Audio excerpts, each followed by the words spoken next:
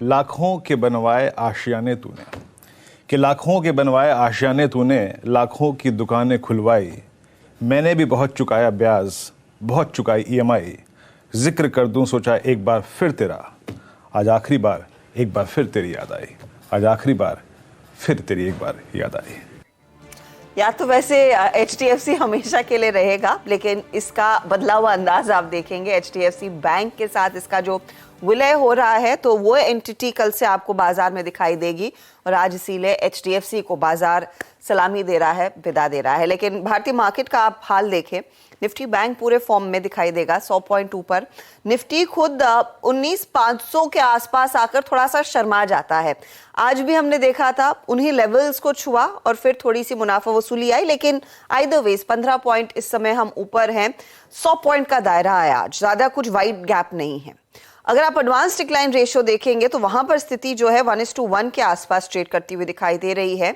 और अब mid cap index लगभग 100 पॉइंट के गेंस पर। हालांकि सुबह में चाल जो थी वो ज्यादा बेहतर थी और पिछले आधे एक घंटे में हमने देखा है जो गैप था या फिर जो दायरा था वो थोड़ा सा कम होता हुआ दिखाई दिया। यानी कि बढ़ने वाले शेयरों की संख्या बढ़ तो रही है, लेकिन उसकी जो स्टीम है वो थोड़ी सी कम हुई, गिरने वाले शेयरों की संख्या थोड़ी सी ज्यादा आ गई है। कुल मिलाकर ये है मार्केट का हाल। लेकिन इस समय आपने ट्रेड क्या करना है उस पर करेंगे डिटेल में बातचीत। Veeru, good afternoon. पहले निफ्टी, कल भी 19,515 को देखकर हम शर्माए थे, आज फिर करीब 19,505 को छूकर नीचे आए हैं। जी good afternoon Harshita, let's hope for the best कि आखिरी के 1.5 घंटे बेहद शानदार है ट्रेडर्स के लिए। हर्षिता, आज सुबह सुबह जब हम मुलाकात कर रहे थे, बात कर रहे थे, मैंने क्लियरली ये बात मेंशन की थी कि ये SGX निफ्टी का उछाल या फिर ये ओपनिंग अगर हमें किसी भी लिहाज से 19,500 की ट्रेजेक्ट्री में ले जाए तो that will be a zone to book your yesterday's profit. Long book करने का एक सबसे डिसेंट जोन होगा। और डिप मिले टुवर्ड्स 19,400, प्रिसाइसली मैंने बात की थी 19,400, 19,393, तो ग्रैब कर लीजिएगा। और एक सर्कमस्टेंसेस और थे लॉन्ग पे थोड़ा सा राइड करने का या फिर और कन्विक्शन के साथ ट्रेड करने का, वो था 19,528 कल का स्विंग हाई। आज सुबह से देखिए वो व्यू रखने का एक कारण था आज तक। इस वीकली कॉन्ट्रैक्ट में जिसमें ये HDFC का बड़ा इवेंट लाइंड अप था, सबसे बड़ा कॉल राइटर 19,500 पे परसिस्ट कर रहा था और सबसे बड़ा पुट राइटर परसिस्ट कर रहा था 19,400 पे। दैट्स वाई ऊपर बुक किया, नीचे पिक किया। यही अप्रोच मॉर्निंग की थी और मैं कह रहा हूं कि अगर आपके पास ये देखिए हर्षिता, एग्जैक्टली यही मैंने मेंशन किया था। इन स्टैट्स के साथ आपको हायर लेवल से प्रॉफिट बुक करना ही था और लोअर लेवल्स पे ट्रेड पिक करना था। अब अगर आपने बुक किया या फिर 19,400 पे ट्रेड लॉन्ग फिर पिक किया तो करना क्या चाहिए? आइए इस वक्त के स्टैट्स को देखते हैं। और इन स्टैट्स को देखने से पहले एक बात याद रखिएगा, HDFC बैंक, मैं यहां पे 2-3 फैक्टर्स मेंशन कर दूं जो कि हमारी इस क्लोजिंग को प्रभावित करेंगे। HDFC बैंक एट 1646 आज का इंटरडे लो हर्षता रहा है 50 डे एक्सपोनेंशियल मूविंग एवरेज। तो उसको अपना एक ऐसा फैक्टर मान के चलिएगा कि वो आपके साथ रहना चाहिए, वो लो वॉलेट नहीं होना चाहिए। Reliance at day high with strong option stats. और एक और चीज, एक और giant that's Kotak Mahindra bank Harshita, ये भी अच्छा कर रहा है 1888 पे a clear cut monthly breakout पे राइड करता हुआ। तो ये मेरे पास 3 फैक्टर्स, रिलायंस, कोटक और एक HDFC बैंक, इन 3 फैक्टर्स पे मुझे नजर रखनी है इस क्लोजिंग में। आइए अब 6 स्ट्राइक्स को लेके आते हैं, वो क्या कह रही है। ऑप्शन राइटर्स का कन्विक्शन कितना है HDFC को देखने के बाद, रिलायंस को देखने के बाद और आपका कुछ कैपिटल गुड्स को देखने के बाद या फिर आज ICICI बैंक को देखने के बाद। स्क्रीन को देखिए हर्षिता गौर से, और 19,500 पे आउटस्टैंडिंग OI 2.21 CR है। That's huge, that's more than huge. और 19,600 पे करीब 1.25 करोड़ का, जो कि इंडिकेट करता है clearly for the time being आज के इस सेशन में ये ऑप्शन राइटर कतई नहीं मान के चल रहा है कि हम इस जोन को पार कर देंगे। और नीचे 19,400 का पुट राइटर, उसका कन्विक्शन भी बहुत स्ट्रांग है। वो रिलायंस की प्राइस परफॉर्मेंस को देखते हुए इस पुट को बेचने के लिए बिल्कुल कंफर्टेबल है। तो Harshita, no change in approach. सुबह आपने प्रॉफिट हायर लेवल से बुक किया था, 19,393 या 400 पे आपने लॉन्ग फिर पिक किया है, आवाज का बेस वन जो था। तो बने रहिए ऊपर की तरफ। एक बार फिर से हर्षिता, जो मैंने सुबह सुबह पिवट पॉइंट्स मेंशन किए थे, अगर आपको 19,483 मिले, 510 मिले तो एक बार के लिए प्रॉफिट्स को बुक करिएगा।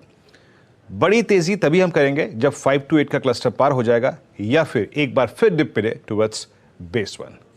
हर्षिता, जी हाँ, तो ये फिलहाल लार्जली आपके लिए निफ्टी की चाल अब सामने रखी गई है, लेकिन निफ्टी बैंक वीरू स्पेशली आज के दिन किस तरह का माहौल है, कंसिडरिंग कल हमने फाइनेंशियल निफ्टी की एक्सपायरी थोड़े से सॉफ्टर नोट पर होते देखी, आज फिर से हमने देखा है यहाँ पर ट्रेड जो हुआ है वो भी दायरे में हो रहा है। कुछ एक्सेप्शनल होना चाहिए, स्पेशली एचडीएफसी बैंक के लिए कल का दिन इंपॉर्टेंट रहेगा, आज कंसिडरिंग एचडीएफसी के सारे सौदे निपट रहे हैं। बिल्कुल बिल्कुल, देखिए कल का दिन ज़्यादा इंपॉर्टेंट होगा आज तक, और आज भी आप यकीन मानिए जो कुछ देर पहले आपने बात कही कि ऑप्शन राइटर्स ने इसको बिल्कुल घेरा हुआ था। सुबह हमने क्या बात की थी मॉर्निंग कॉल में, जरा डायरेक्टर साहब वो पिरामिड्स लेके आइएगा। कल 66 लाख आउटस्टैंडिंग हुआ था 45,000 की कॉल का। वो अगर आप इस वीकली कॉन्ट्रैक्ट के पर्सपेक्टिव से देखें तो वो ज़्यादा था काफ़ी, और आप उसको 44,500 के पुट से कंपेयर करें तो इट वाज ऑलमोस्ट ट्वाइस, 2 गुना था। बट याद रखिएगा 44,500 या फिर 44,600 या फिर 44,650 उसकी भी एक इंपॉर्टेंस है। वो पुट लगभग 22-27 लाख का आउटस्टैंडिंग वाई होल्ड करती थी, प्लस एक बात याद रखिएगा कि बैंक निफ्टी का 20 डे एक्सपोनेंशियल मूविंग एवरेज आता है करीब 44,500 के 540 के जोन में, और 10 डे एक्सपोनेंशियल मूविंग एवरेज आता है 44,700 के जोन में। तो किसी भी सर्कमस्टेंसेस में हमें शॉर्ट नहीं करना था। मेरी क्लियर कट मॉर्निंग अप्रोच थी, कमेंट्री में क्लियरली मेंशन था बाय एनी डिप टुवर्ड्स 44,650, और आज का हर्षता लो जो था वो करीब था 44,683, एग्जैक्टली 30 पॉइंट नीचे मेरा बेस था। और ये भी क्लियरली मेंशन था the moment you will get 44,940 950 अपने ट्रेड से बाहर निकल जाइए, क्योंकि ये इंडेक्स कॉल राइटर्स ने प्रेस कर रखा है ऊपर से, और नीचे से ऑप्शन राइटर्स प्लस राइजिंग 10 डेमा राइजिंग 20 डेमा आपको शॉर्ट करने नहीं देंगे। तो सुबह एक अच्छा ट्रेड मिल गया। अगर आपके पास अभी भी लॉन्ग है तो कोई दिक्कत की बात नहीं है, होल्ड करिए। आपको थोड़ी सी एचडीएफसी बैंक की टर्बुलेंस अराउंड 50 डेमा झेलनी पड़ेगी। थोड़ा सा अगर आप देखिए अपना कैरेक्टर स्ट्रॉन्ग रखना पड़ेगा, कमिटेड रहिए, और स्टॉप लॉसेस 20 डेमा के आसपास आएंगे। आइए इधर इस वक्त के ऑप्शन स्टैट्स को देखते हैं कि कोई क्या बदलाव है क्या एचडीएफसी बैंक के बैकफुट पे आने पे, या फिर 50 डेमा को टेस्ट करने पे, या फिर कोटक महिंद्रा बैंक और आईसीआईसीआई बैंक का अच्छा मूव से क्या इन ऑप्शन स्टैट्स में बदलाव है।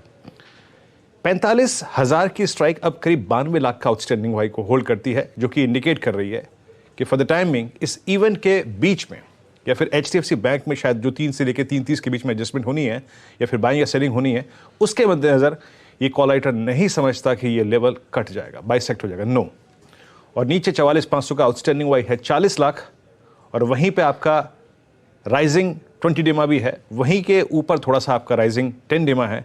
तो हर्षता अभी व्यू न्यूट्रल है, अगर आपके पास लॉन्ग है रखिए, मॉर्निंग की लॉन्ग है तो रखिए, प्रॉफिट बुक कर लिया है तो कोई दिक्कत की बात नहीं है, लेकिन अभी इस वक्त नहीं। या तो ट्रेड फिर बेस से पकड़ेंगे या फिर रेजिस्टेंस के ऊपर, लेकिन हर्षता दोनों ही ट्रेड्स सुबह सुबह इंडिसेस पे अच्छे मिल चुके हैं। अगर लॉन्ग है तो कमिटेड रहिए, अभी कोई बहुत वरिंग फैक्टर्स या फिर डेटा नहीं है। रिलायंस, कोटक और साथ ही साथ आपका आईसीआईसीआई बैंक मेरे फेवर में है अगर मैं लॉन्ग हूं तो।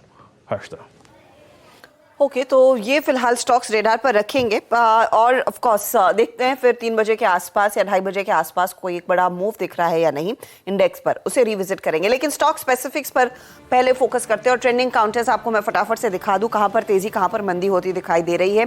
बहुत ज्यादा न्यूज फ्लो है आज के दिन। तेजी कहां पर है तो तेल से जुड़े हुए ट्रेड्स, ओएनजीसी 1.5% ऊपर, कच्चा तेल हम देख रहे हैं करीब $80 के आसपास आ गया। रिलायंस इंडस्ट्रीज में तीसरा सेशन तेजी का, आज हालांकि तेजी 0.5% के आसपास की है। पीईएल में हमने देखा है 3-3.25% तक की तेजी, और एस्ट्रल जिसकी हम सुबह भी बात कर रहे थे 3.5% का इजाफा वहां। मुनाफा वसूली में अल्ट्राटेक, अदानी एंटरप्राइजेज और डेल्टा कॉर्प को बड़ा धक्का लगा है। इनफैक्ट 22% का नुकसान, 25% तक इंट्राडे में टूटा था यह काउंटर। जिस तरह से कसिनोज पर अब 28% टैक्स जीएसटी लगाने की बात सरकार ने की है, और ये स्टॉक इसीलिए बिखरता हुआ। और बाटा इंडिया में भी आज हमने देखे हैं कुछ मुनाफा वसूली के अंश, करीब 1.25% तक का नुकसान उधर बनता दिखाई दे रहा है। तो ये फिलहाल आपके लिए वो काउंटर्स जहां पर तेजी मंदी हो रही है। अब आपने ट्रेड क्या लेना है उसकी बात करेंगे। हमारे साथ हमारे जानकार जुड़ गए हैं। फंडामेंटल्स के लिए हम बात कर रहे हैं आज गौरांग शाह से, और टेक्निकल कॉल्स के लिए प्रकाश गाबा, मानस जायसवाल, रुचित जैन, विकास सालुंखे और चंदन तापड़िया होंगे हमारे साथ। फिर 2:15 के करीब आज जो मार्केट में खुला है आईपीओ उत्कर्ष स्मॉल फाइनेंस बैंक, जिसको एक डिसेंट रिस्पांस मिल रहा है पहले दिन, उसकी बातचीत होगी। कंपनी का मैनेजमेंट हमारे साथ जुड़ेगा। फिर 2:30 बजे टीसीएस और एचसीएल टेक की नतीजों के इंतजार में हम जोड़ेंगे एक्सिस सिक्योरिटीज के सीनियर टेक्नोलॉजी एनालिस्ट ओमकार टंकसाले को। 2:40 के आसपास 4 का चौका लेकर आएंगे। मानस तैयार कर रहे हैं सस्ता ऑप्शन। चंदन तापड़िया देंगे एफएनओ का सुपरस्टार। विकास सालुंखे से समझेंगे चार्ट का चमत्कार। मिड कैप फंडा गौरांग शाह से लेंगे। फिर 2:45 पर नजरें रहेंगी एचडीएफसी का। आज जो आखिरी दिन है मार्केट्स में, कल से क्या बदलाव देखने को मिलेंगे उसकी बातचीत होगी। 250 पर मार्केट बिग वॉइस में अल्फा एक्यूरेट एडवाइजर्स के मैनेजिंग डायरेक्टर राजेश कोठारी को जोड़ेंगे। फिर क्लोजिंग की तरफ बढ़ेंगे तो डीलिंग रूम चेक यतिन के साथ, बीटीएसटी, एसटीपीटी ट्रेड्स और ऑफ कोर्स क्लोजिंग की स्ट्रैटेजी, ये सब आपके लिए करेंगे पेश। जय, तो ये है इस कार्यक्रम का क्रम और साथ ही साथ आज के मेहमान। चलिए अब एक काम करते हैं, ट्रेड्स को निकालने का और पिक करने का क्रम शुरू करते हैं। हमारे साथ गाबा सर और मानस, रुचित जैन और Gaurang Shah fundamental technical panel screen पे मौजूद है। Manas, good afternoon. Manas, index within range, मेरे ख्याल से एक ट्रेडर के लिए स्टॉक फ्यूचर से वेट करना सबसे वाजिब जरिया है इस वक्त। आपका कन्विक्शन कॉल इस वक्त? गुड आफ्टरनून वीरेन जी। तो देखिए, जायडस लाइफ में खरीदारी करनी है। मेरे ख्याल से मैंने 2 दिन पहले भी यहाँ उसको रिकमेंड किया था। पैटर्न अगर आप देखेंगे तो यहाँ पर कंसोलिडेशन दिखता है और अब आज के पैटर्न को देख के लग रहा है कि कंसोलिडेशन को के अपर बैंड को ब्रेक करने के लिए स्टॉक बिल्कुल तैयार है, फ्रेश ब्रेकआउट देने के लिए तैयार है। बेहतर वॉल्यूम देखने को मिल रहे हैं। तो करंट लेवल्स पे आपको जायडस लाइफ में खरीदारी करनी है। 583 रुपए ये कैश लेवल्स है, वहां आपको स्टॉप लॉस लगाना है और 615 के टारगेट आपको सेट करने हैं। 600 वाला कॉल ऑप्शन भी आप ले सकते हैं। 12 रुपए के आसपास ट्रेड हो रहा है, वहां पर आप 9 रुपए के स्टॉप लॉस से खरीदारी कर सकते हैं और 20 रुपए के टारगेट सेट कर सकते हैं। जायडस लाइफ में एक तेजी का ट्रेड 1.5% ऊपर है ये काउंटर और यहाँ पर एक अपॉर्चुनिटी मानस ने पकड़ी है। गाबा साहब, गुड आफ्टरनून। आपका ट्रेड क्या रहेगा? फार्मा क्षेत्र, गुड आफ्टरनून टू यू। और वो क्योंकि सुबह भी मैंने सन फार्मा दिया था, अब मुझे अच्छा लगता है सिंजीन। ट्रेड कर रहा है 775, टॉप होगा 768, ज्यादा नहीं है। टारगेट 790 का होना चाहिए। सिंजीन आज कल में हो सकता है। यस, सिंजीन में तेजी है। ओके सिंजिन में यहाँ पर एक ट्रेड पिक के लिए हमने फार्मा की बहुताय है और कल से याद रखिएगा Nifty pharma index, Nifty health care index 52 week high पे ट्रेड कर रहे हैं। 776 आपका लॉन्ग हो गया। सिंजिन जायरस भी पिक हो गया। Ruchit, good afternoon. आपका कन्विक्शन ट्रेड क्या होगा? Very good afternoon to all.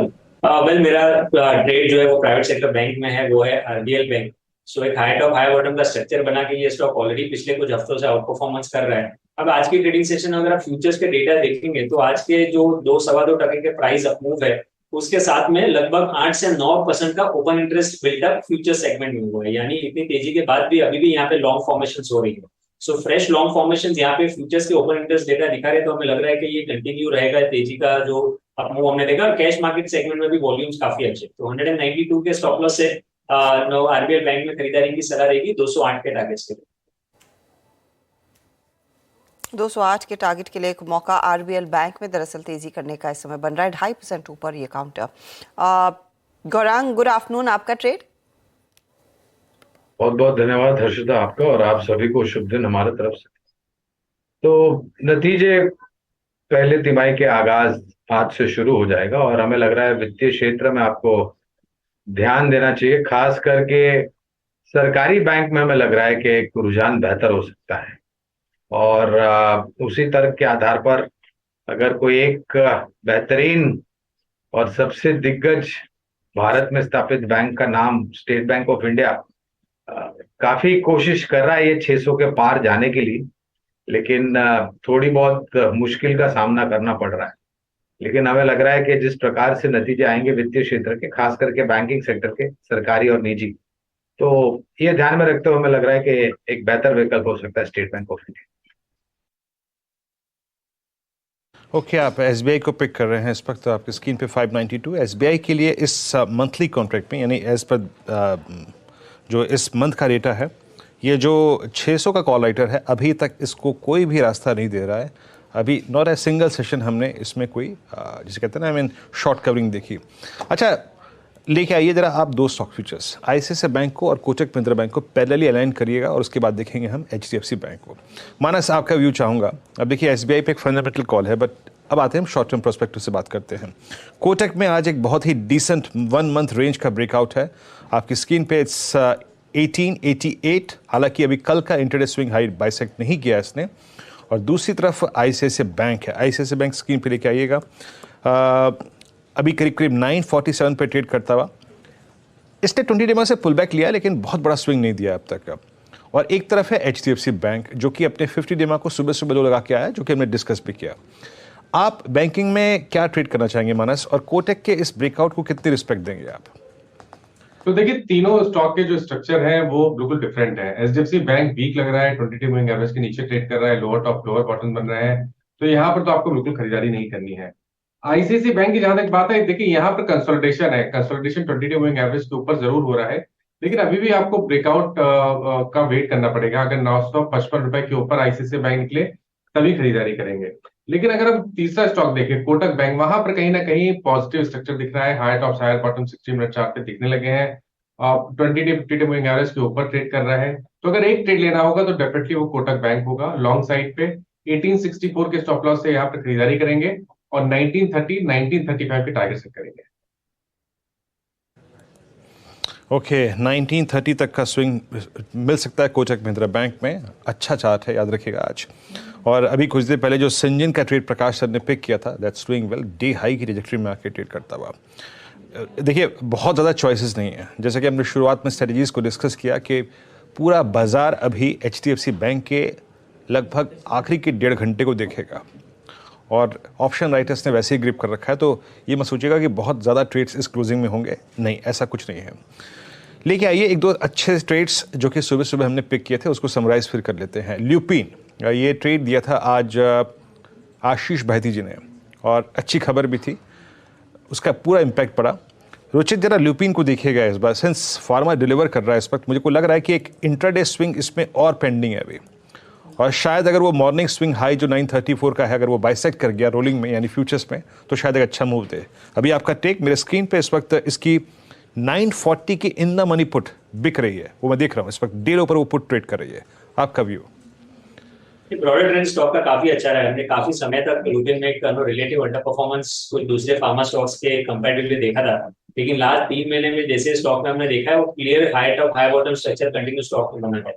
तुरंत कल की जो न्यूज आई थी इवनिंग में, उसके बाद में आज का फॉलोअप मूव भी स्टॉक का काफी इंटरेस्टिंग रहा है, क्योंकि फॉलोअप मूव में भी अच्छी स्ट्रेंथ स्टॉक में देखी गई है। सो आई थिंक इंट्राडे में 938 940 तक एक्सपेक्ट कर सकते हैं, बट शॉर्ट टर्म में आई थिंक 950 960 का रेंज स्टॉक में डेफिनेटली आ सकता है। लुपिन की बात होती हुई, और लुपिन पे हमने देखा है आज वो जो डेवलपमेंट आई है यूएसएफडीए की तरफ से, जो राहत मिली, ईआईआर इनको मिला, उसके बाद तेजी बनी। अच्छा, एक स्टॉक जिसका जिक्र हम पिछले 3 ट्रेडिंग सेशन से कर रहे हैं और ये बहुत ही बढ़िया ट्रेड साबित हुआ है गावा साहब की तरफ से, सन टीवी 490 के लेवल्स आ गए हैं। गावा साहब, इस पर कल भी हम बातचीत कर रहे थे, ये बताइए अब क्या उस तेजी उस ट्रेड को आप कैरी कर रहे हैं या फिर प्रॉफिट बुक करने का टाइम आ गया? Considering 3 days on a trout ये स्टॉक अच्छे रिटर्न्स दे चुका है। एक्चुअली सन टीवी का कॉल हमने लिखा था करीब अराउंड 445 के आसपास, 488। अब 2 तरीका है देखने का इसको। शॉर्ट टर्म का व्यू है तो मुनाफा ले लो, क्या फर्क पड़ता है, नुकसान थोड़ी होगा प्रॉफिट लेने में। लेकिन 500 का एक लॉजिकल टेक्निकल टारगेट है, क्या ये 500 में जाकर रुकेगा? बिल्कुल नहीं। मुझे अगर हाई टाइम फ्रेम का चार्ट देखूं तो मुझे 520 भी नजर आते। इतना है कि हमने इंट्राडे के हिसाब से लिया था, तो उसको स्विंग ट्रेड बन गया। अब स्विंग को कैरी कर सकते हैं एक, या फिर प्रॉफिट बुक कर लें। हाँ, अगर किसी को कैरी करना है तो 480 का स्टॉप लगाइए, तो एटलीस्ट प्रॉफिट तो लॉक इन हो जाएगा। सन टीवी मुझे अब भी अच्छा लगता है। टीवी में एक अच्छी तेजी बनी है और ये फिलहाल गाबा साहब कह रहे हैं कि थोड़ा सा पार्शियल प्रॉफिट बुकिंग आप कर ले, ट्रेंड अभी भी मजबूत है। चलिए थोड़ा सा गियर शिफ्ट करते हैं, अब आईपीओ की बात करते हैं। और आज ही खुला है उत्कर्ष स्मॉल फाइनेंस बैंक का आईपीओ। निवेशकों की तरफ से अच्छा रिस्पांस मिला। पहले दिन जो अब तक हमारे सामने डेटा निकल कर आ रहा है, करीब 2 गुना बढ़ चुका है ये इशू। 14 जुलाई तक निवेशक दरअसल यहाँ पर पैसा लगा सकते हैं। प्राइस बैंड 23 रुपए से 25 रुपए के बीच है। 500 करोड़ दरअसल कंपनी रेस कर रही है। हमारे साथ इसी पर बातचीत करने के लिए बैंक के एमडी और सीईओ गोविंद सिंह और कंपनी के सीएफओ सरज सिमारिया जुड़ रहे हैं। आप दोनों का ही स्वागत है। कांग्रेचुलेशंस सिंह साहब, पहले अगर एक ताजा अपडेट दे सके। लास्ट अपडेट हमारे पास यही था कि 2 गुना आपका इशू भर गया है। इज दैट फिगर राइट और यू हैव एडिशनल डेटा?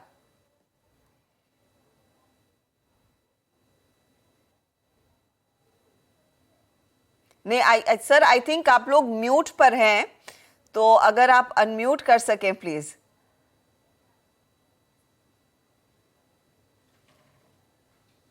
अभी आवाज आ रही है? जी जी, अब आपकी आवाज आ रही है।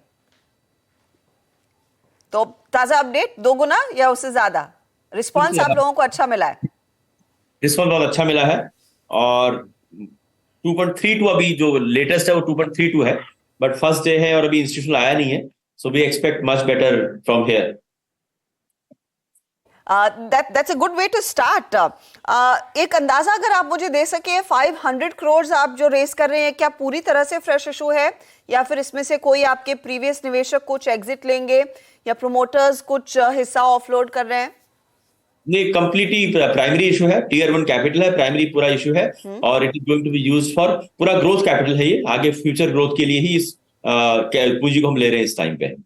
तो जब आप कहते हैं फ्यूचर ग्रोथ, एक अगर हमें अंदाजा दे सकें किस तरह के मार्केट से आपको ज्यादा ग्रोथ दिख रही, क्योंकि आप इस पर्टिकुलर बिजनेस में 1 दशक से ज्यादा बिता चुके हैं, तो इस समय ऑन ग्राउंड एक्टिविटी कहां पर ज्यादा पिकअप होती हुई दिखाई दे रही है? किन मार्केट्स को आप लार्जली एड्रेस करने वाले हैं इस ग्रोथ कैपिटल से?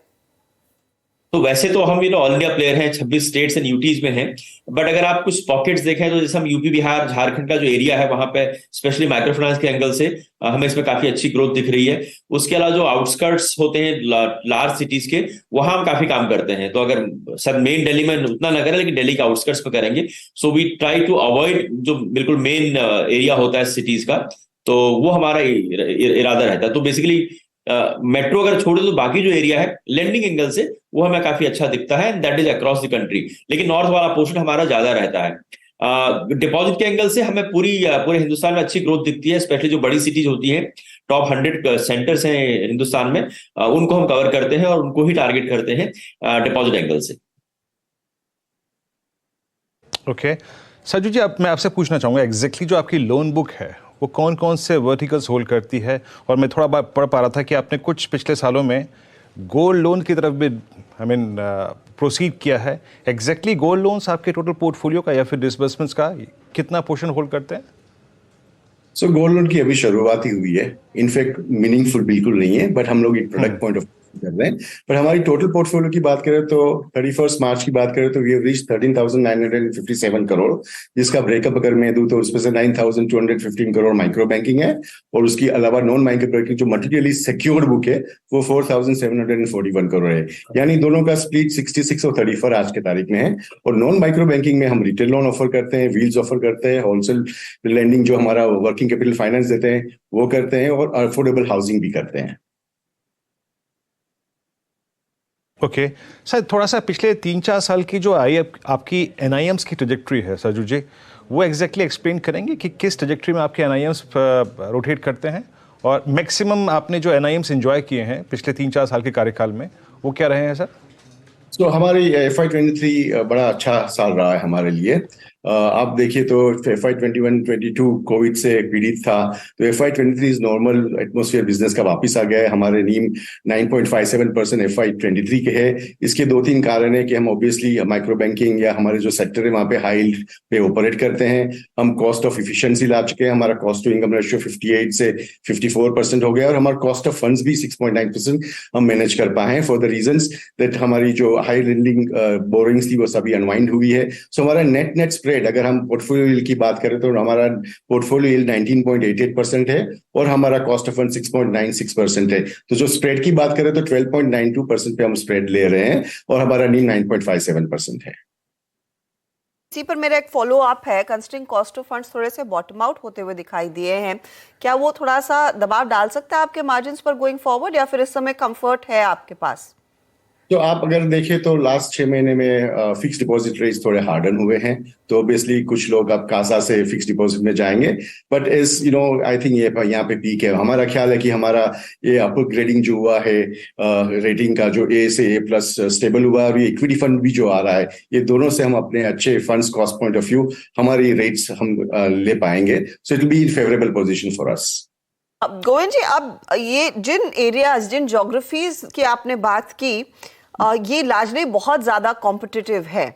अब इस तरह के मार्केट में आप अपनी एफिशिएंसीज को पहले तो कैसे मैनेज कर रहे हैं, specially on the collection side? क्योंकि ये जैसे आपने कहा, दिल्ली और दिल्ली के आसपास वाले इलाकों में आपका अच्छा खासा कंसंट्रेशन है, पकड़ है, लेकिन वहां पर लोगों की आदत ये भी होती है कि ज्यादा छोटे छोटे लोन्स बहुत सारे लोगों से ले लेते हैं। अब इस सिचुएशन में फिर आप कैसे मेंटेन करते हैं आपकी कॉस्ट एफिशिएंसी, कलेक्शन एफिशिएंसीज? तो हमारी कलेक्शन की अच्छी खासी टीम है, करीब 180 से ज्यादा लोगों की हमारी कलेक्शन टीम भी है जो कि इस पर काम करती है। लेकिन जो इम्पोर्टेंट पार्ट ये है कि जहां हम ज्यादा काम करते हैं वो यूपी, बिहार, झारखंड का एरिया है। और जो हम आपको बता रहे थे कि हम आउटस्कर्ट्स ऑफ सिटीज में करते हैं, जैसे दिल्ली की बात है, बॉम्बे की बात है, वो नॉर्मली हमारा सिक्योर्ड बिजनेस है। तो या तो लैब टाइप का बिजनेस होगा, या अफोर्डेबल हाउसिंग का बिजनेस होगा, व्हील्स का बिजनेस होगा। तो जनरली वो सिक्योर्ड बिजनेस है। जो अनसिक्योर्ड जिसको हम बोलते हैं कि माइक्रो फाइनेंस, वो हमारा लार्जली यूपी, बिहार, झारखंड, मध्य प्रदेश, उड़ीसा, राजस्थान, इन स्टेट्स में है। और वहां पे इनका ट्रैक रिकॉर्ड बहुत अच्छा रहा है। ये सारा लाइवलीहुड के लिए पैसा जाता है, इनकम जनरेशन के लिए जाता है, कंजम्पशन लोन तो है नहीं इस केस में। और हमारा ट्रैक रिकॉर्ड, मतलब हमारा क्या बोले, हमारे क्लाइंट्स का ट्रैक रिकॉर्ड बहुत अच्छा रहा है इस मामले में। एंड हमें लगता है कि ट्रेंड कंटिन्यू करेगा। We don't have any agency जो कि हमारे लिए कलेक्शन करे। सारा कलेक्शन जो हमारा पूरा इन हाउस रहता है। और हमें आज तक कोई किसी टाइप की इसमें समस्या नहीं दिखी, और आगे भी लगता नहीं कोई ऐसी समस्या दिखेगी हमें। Point taken. मैं आपसे एक और चीज वो MFI साइड पर ये पूछना चाह रही हूँ, ये माइक्रो फाइनेंस लोन्स और मौसम का भी थोड़ा बहुत संबंध रहता है। अगर अच्छी बारिश आती है तो आई एम श्योर वो रीपेमेंट्स काफी आसानी से रहते हैं। आपका इस बारी कंस्ट्रिंग मॉनसून थोड़ा डिले हुआ और उसके बाद बारिश आई तो कई इलाकों में बाढ़ हो गई। वहां से ऑन ग्राउंड रिपोर्ट आप क्या सुन रहे हैं? क्या उसका कुछ इम्पैक्ट आ सकता है आपके कलेक्शंस पर? सो अभी तक तो हमारे कलेक्शन पे कोई इम्पैक्ट उसका नहीं है। और जनरली जो देखा, जो बाढ़ है वो स्थिति जो हमारा कोर ज्योग्राफी, वहां पर नहीं है बाढ़ का स्थिति अभी भी। मतलब बहुत छोटे छोटे एरिया में है। कुछ आपने देखा नॉर्थ ईस्ट टाइप में है, या कुछ हिल्स एरिया में जहां पर ज्यादा चैलेंज आ रहा है। पंजाब साइड में ज्यादा चैलेंज है बाढ़ का। हमारे एरिया में बाढ़ का चैलेंज नहीं है। लेकिन आपका पॉइंट बहुत सही है, बाढ़ या सूखा दोनों से ही ग्रसित रहता है ये बहुत सारा क्षेत्र इसमें। और हर साल या तो ज्यादा बारिश होगी या कम बारिश होगी, दोनों में प्रॉब्लम होती है। तो हमारा एक्सपीरियंस पास का ये रहा है कि जब भी ऐसा होता है कि 1-2 महीने थोड़ा हमारा कलेक्शन जो है उसमें थोड़ा सा इम्पैक्ट आता है, थोड़ा कलेक्शन कम भी हो सकता है क्योंकि लोगों की दिनचर्या उसमें इम्पैक्ट हो जाती है। बट नॉर्मली क्योंकि ये सब लाइवलीहुड के लोन्स हैं, सो नॉर्मली 2 से 3 महीने में ये जो स्थिति है वो सामान्य हो जाती है। ये हमारा पिछले आप मानिए कि 14 साल का अनुभव भी है इस मामले में। ओके, अच्छा सरजू जी, ये ब्रांच अभी एग्जैक्टली आपकी कितनी है, कितनी और खोलने का अंदाजा है 24 के अंत तक? तो हमारी ये वाराणसी से आप लोगों के तार या फिर जो जड़े कैसे जुड़ी हुई हैं? मैं अभी बहुत सारे एड्रेसेस को देख रहा था कि वाराणसी में कहाँ है। ये लंका के सामने हेड ऑफिस है क्या आपका? वही है? पहले आप ब्रांचेस बताइए, फिर मैं आपको मैं दूसरे सवाल का जवाब मैं देता हूँ। 830 हमारी ब्रांचेस है जो 22 स्टेट में और 4 यूनियन टेरिटरी में है। और ये मैं मौका आपको, जहां तक आपकी बनारस की बात है, वो गोविंद जी को आंसर करने को बोलूंगा। इनकी पैशन जो यहाँ से शुरुआत हुई है। तो मैं सिर्फ ये बताना चाहूँ, 2009 में मैं आईसीआईसी बैंक में काम करता, 2009 तक बेंड्रा कुर्ला कॉम्प्लेक्स में। जब मुझे लगा कि माइक्रो फाइनेंस करना है, फिर मुझे लगा कि हमें बड़े शहर नहीं करना है, मेट्रो में नहीं करना है, छोटी जगह में जाना है जहां डेंसिटी ऑफ पॉपुलेशन ज्यादा हो, हिंदी बेल्ट हो, और जहां पे फाइनेंशियल इंक्लूजन काफी कम हो। इसलिए मैंने उस टाइम पे बनारस को चुना, मतलब 2009 में। तो मैं बनारस से ओरिजिनली हूँ नहीं बनारस से, लेकिन ये बनारस का जो एरिया है आसपास, ईस्टर्न यूपी का एरिया है, करीब 14-15 डिस्ट्रिक्ट, और एडजॉइनिंग एरिया बिहार था। हमें लगा ये एरिया जो है इसमें रिक्वायरमेंट बहुत है, फाइनेंशियल इंक्लूजन बहुत कम है, और यहाँ से हम अच्छे से काम कर सकते हैं। उसके बाद यहाँ शुरुआत बहुत अच्छी हुई है। मतलब हर साल हमें कुछ न कुछ, हमें अच्छे इन्वेस्टर मिले, अच्छे एम्प्लॉय यहाँ से मिले, हमारा पोर्टफोलियो अच्छा बढ़ा, और यहाँ ओवरऑल वैसे भी यहाँ ग्रोथ अच्छी हुई है पूरे यूपी और बिहार के एरिया में। तो all these things have been very good for us. और जहां तक हमारा हेड ऑफिस की बात है, तो हमारा हेड ऑफिस वाराणसी में जो प्रॉपर्टी जिस टाइप की रिक्वायरमेंट होती थी वैसा हमें मिल नहीं रही थी। तो हमने एक यहाँ पे प्लॉट लिया लगभग 80,000 स्क्वायर फीट का, और वहां पे फिर हमने अपना ही एक हेड ऑफिस कंस्ट्रक्ट किया। हम इसको उत्कर्ष टावर बोलते हैं। ये मेन हाईवे पे है। जब आप बनारस एयरपोर्ट से सिटी में जाते हैं तो मेन हाईवे पे है। ये मतलब इसको 2 अवार्ड मिल चुके हैं। गृह से हमें 2 अवार्ड मिले। ये 5 स्टार रेटेड बिल्डिंग है। वाराणसी उसके आसपास में एक ही ऐसी बिल्डिंग है। और जो वाटर ट्रीटमेंट है उसके लिए भी हमें एक अलग से अवार्ड मिला था गृह ओर से। तो आई थिंक हमने एक स्पेशल बिल्डिंग यहाँ बनाई है, एक यादगार बिल्डिंग बनाने की हमें कोशिश की है, क्योंकि यहाँ हमें जगह। तो ये था कि पुख्ता काम करे बनारस में। चलिए सर, बहुत बहुत शुक्रिया। मतलब आप सिटी के अंदर नहीं है, तो एयरपोर्ट से जब हम सिटी की तरफ जाते हैं वो रास्ता तो काफ़ी खुला है अभी भी, तो आप वहीं पर हैं। आपकी बिल्डिंग कभी देखने का मौका मिले तो देखेंगे। बहरहाल सरजू जी और गोविंद जी, बहुत बहुत शुक्रिया आप इस कार्यक्रम में शामिल हुए, और आपके इस IPO के लिए बहुत बहुत शुभकामनाएं पूरे आवाज़ परिवार की तरफ से, और एक शानदार लिस्टिंग की हम उम्मीद करेंगे। बहुत बहुत शुक्रिया। चलिए अब एक काम करते हैं जी, लौट के आते हैं बाजार पे, और इस वक्त इंडेक्सेस उसी रेंज में हैं, कोई बाहर नहीं जा रहे हैं। लेकिन एक स्टॉक लेके आइए आप जरा आपकी स्क्रीन पे, दैट्स पॉलीकैब 3811। एक वर्टिकल राइज कल था और अब एक बार फिर से एक वर्टिकल राइज ड्यूरिंग क्लोजिंग। एक बार मानस इसको देखिएगा। मानस, ये कहते हैं सुपर स्विंग डे हाई पर। अभी कोई ट्रेड व्यू बनता है मानस यहाँ पे? फुल ट्रेड बनता है। देखिए अब मेरा समझना है कि कल जो ब्रेकआउट देखने को मिला, अब वहां पर कंटिन्यूएशन देखने को मिल सकता है। इसलिए यहाँ पर खरीदारी करने के मौके अभी भी दिखते हैं, क्योंकि जिस तरह का ब्रेकआउट कल देखने को मिला था, उसके बाद आपको करीब 200 से 250 रुपए का अप मूव देखने को मिल सकता है। तो 4000 के टारगेट आपको सेट करने हैं, करंट लेवल्स पे खरीदारी करनी है, और 3720 के स्टॉप लॉस लगाने हैं। ऑप्शन में ट्रेड लेना हो तो एट द मनी ऑप्शन ही मैं प्रेफर करूंगा। तो 3800 का कॉल ऑप्शन पॉलीकैब का, वहां पर खरीदारी कर सकते हैं। 127 रुपए के भाव चल रहे हैं। 89 रुपीज के स्टॉप लॉस से 200 रुपए के टारगेट के लिए आप खरीदारी कर सकते हैं। 127 पर ये कॉल आ रहा है 3800 वाला, और 200 तक जाने की पूरी क्षमता। पॉलीकैब में एक बहुत तगड़ी विनिंग स्ट्रीक देखने को मिली, और इसको हमने कई दफा मेंशन भी किया। आई थिंक अनुज ने स्पॉटलाइट पे भी दो दफा कवर किया है इसे। अच्छा, विकास सालोंकी हमारे साथ जुड़ गए। विकास, पहले तो आप अपना ट्रेड दीजिए। गुड आफ्टरनून हर्षदर। देखो, ओवरऑल मार्केट में आज फ्लैटिश मोमेंटम यहाँ पे देखने मिल रहा है, बस स्टॉक पीसीपी अगर देखो तो मुझे पीएल बहुत स्ट्रांग लग रहा है। पिरामिड एंटरप्राइजेस यहाँ पे जिस हिसाब से आज जो पॉजिटिव मोमेंटम देखने मिला था 954 के बाद, तो वो अभी भी कंटिन्यू होते हुए देखने मिल रहा है। तो मुझे लग रहा है ऊपर में 990 के टारगेट के लिए इसको बाय करना है। नीचे में जो स्टॉप लॉस होगा, जो आज इंट्राडे बेस पे हमने 2 बार नोट डाउन किया है कि 958 जो है, वहां से एक वापस इंट्राडे जो ब्रेकआउट मिला था, वहां पे जो वॉल्यूम इंक्रीज हुआ था, तो 958 के स्टॉप लॉस से पिरामिड एंटरप्राइजेस बाय करना है। 990 का टारगेट यहाँ पे देखने मिल सकता है। और दूसरा रहेगा सिप्ला 200 डीएमए के ऊपर फिलहाल तो 2 दिन से सस्टेन करते हुए देखने मिल रहा है, और 1020 उसका 200 डीएमए है, उसके ऊपर ही क्लोज होते हुए देखने मिल रहा है।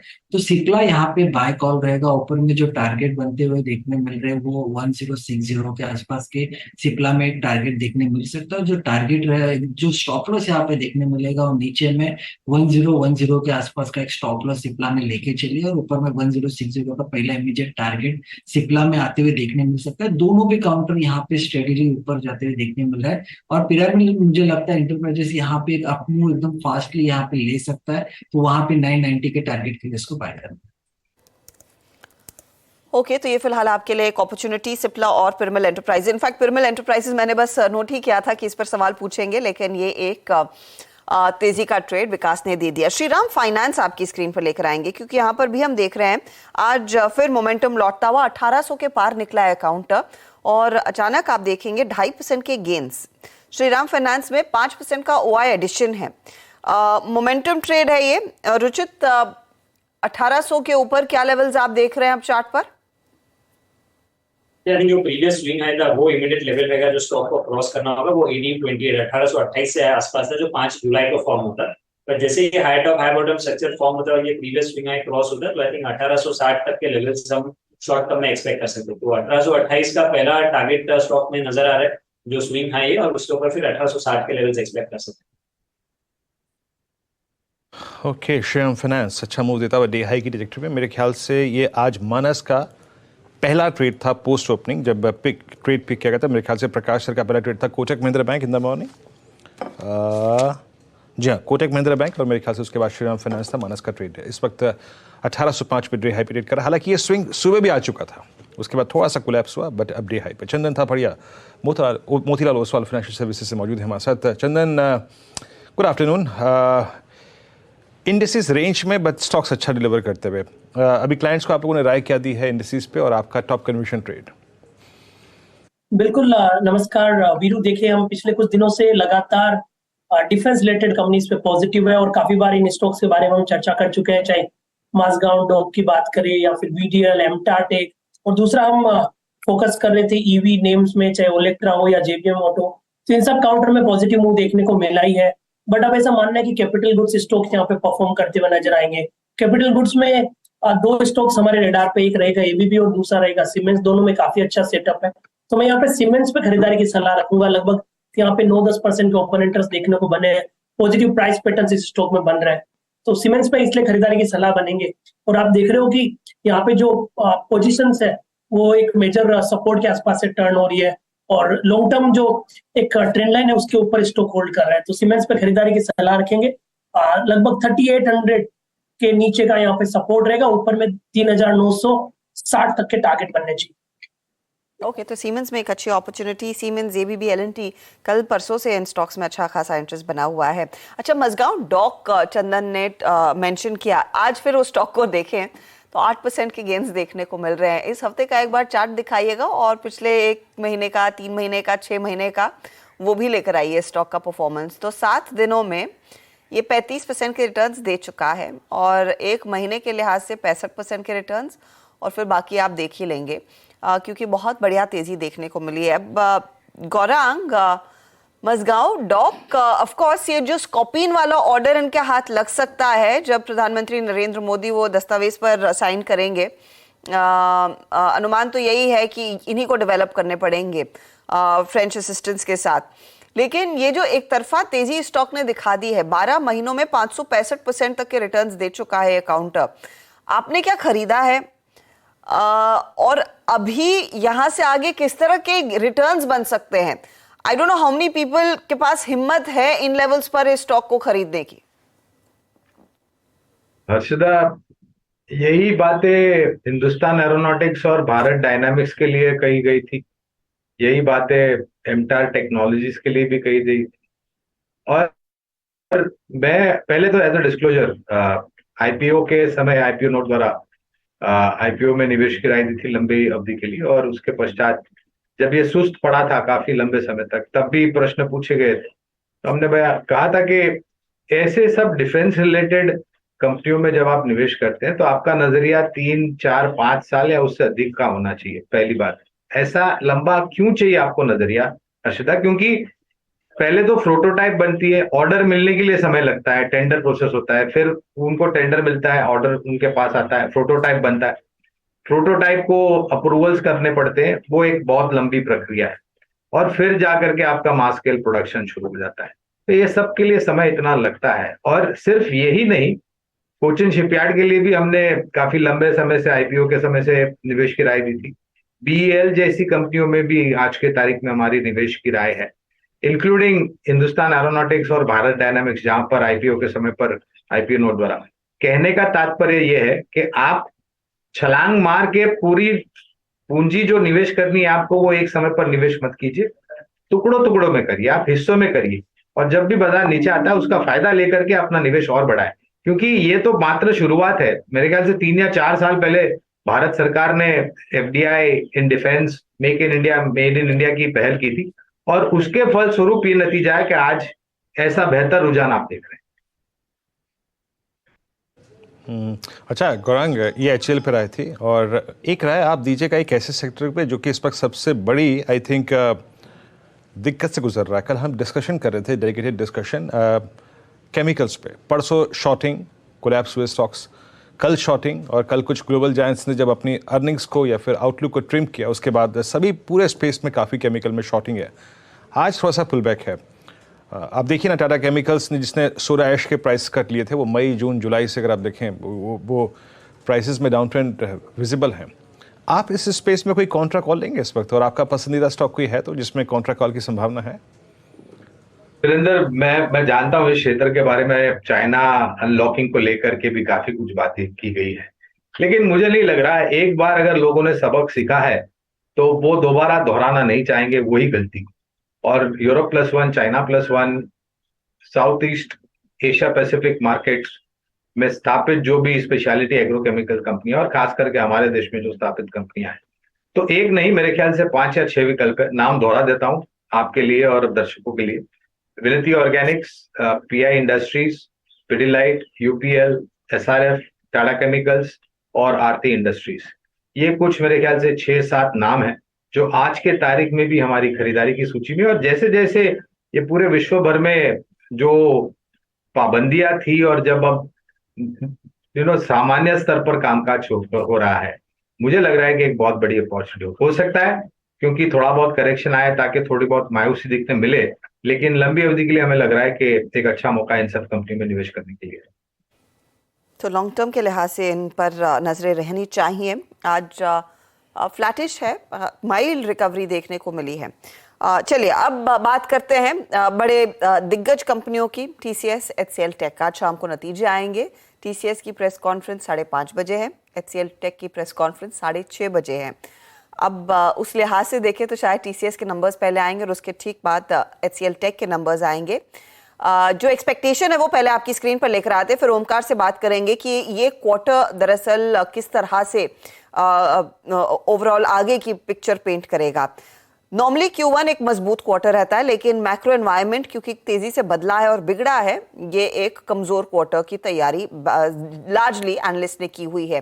तो डॉलर रेवेन्यू टर्म्स में हमारा अनुमान है, या फिर CNBC TV 18 का जो पोल है वो 0.5% की ग्रोथ दिखा रहा है। साथ ही साथ प्रॉफिटेबिलिटी में 4-4.5% का प्रेशर का अनुमान है। कांस्टेंट करेंसी रेवेन्यू ग्रोथ, जहां पर पिछले क्वार्टर में झटका लगा था, Q3 में ये 2.2% था, Q4 में ये एकदम फ्लैट हुआ और इस बारी 0.2% की ही ग्रोथ का अनुमान है कांस्टेंट करेंसी बेसिस पर। और साथ ही साथ मार्जिन्स के फ्रंट पे भी, क्योंकि वेज हाइक आ रही है, हम एक्सपेक्ट कर रहे हैं कि 1% से ज़्यादा का प्रेशर देखने को मिलेगा। अब क्या वो रेड फ्लैग्स पर नजरें होनी चाहिए? ओमकार हमारे साथ है। ओमकार, सभी कंपनियों ने कहा है कि हम एक बदले हुए एनवायरनमेंट में काम कर रहे हैं। इनफैक्ट टीसीएस के केस में एक बड़ा इंश्योरेंस क्लाइंट ने कहा हम इनसोर्सिंग पर ज़्यादा फोकस करना चाहेंगे, तो $2 बिलियन का कॉन्ट्रैक्ट रिन्यू नहीं होगा आगे। किस तरह के रेड फ्लैग्स की तैयारी आपने कर ली है आज की कमेंट्री में? डेफिनेटली आज की कमेंट्री में बहुत सारे सेक्टर्स में, जो कि बीएफएसआई प्राइमरी सेक्टर है, बहुत इंपॉर्टेंट सेक्टर है मेरे हिसाब से आईटी, इंडियन आईटी सर्विसेज के लिए। तो इसमें एक डिले इन स्पेंडिंग डिसीजंस और delay in spending IT spends में कुछ कंटिन्यू होते हुए दिख सकता है। तो उसके ऊपर जो कमेंट्री आएगी, that is very important and one should be looking upon. ऊपर से जो एक सप्लाई साइड कंस्ट्रेंट्स था वो ये साल में भी कुछ ईज ऑफ होते हुए या फिर मार्जिन एक्सपांशन में हेल्प करने की आशंका नहीं है, क्योंकि थोड़ा एक स्ट्रेसफुल है। थोड़ा सा सब कॉन्ट्रैक्ट कॉस्ट कम होते हुए दिखाई दे रही है, लेकिन फिर भी जो बाकी कॉम्बिनेशन है that will be put the margins under pressure. और जो भी वर्टिकल कमेंट्री है that is very important for the outlook. फिलहाल तो आईटी सेक्टर में, आईटी स्पेंड्स में एक डिले दिखाई दे रहा है। Retail side, hitech side under stress है। बीएफएसआई के साथ साथ जो रूरल बैंकिंग पेनिट्रेशन है, जिसमें इंडियन आईटी सर्विसेज में बहुत सारा मार्केट शेयर है, वो थोड़े कम होते हुए दिख सकते हैं ये क्वार्टर में, thanks to the interest rise that they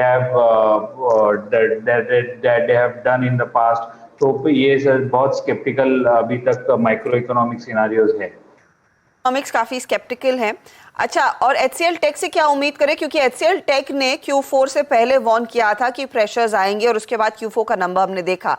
अब एचसीएल टेक बहुत सालों में इन्फोसिस के पहले वो नंबर दे रही है और उसी दिन आ रहा है जिस दिन टीसीएस का नंबर आएगा। यहाँ पर आपकी क्या एक्सपेक्टेशन है? और ऑफ कोर्स फिर वैल्यूएशंस पर मैं आगे आपसे राय लूंगी।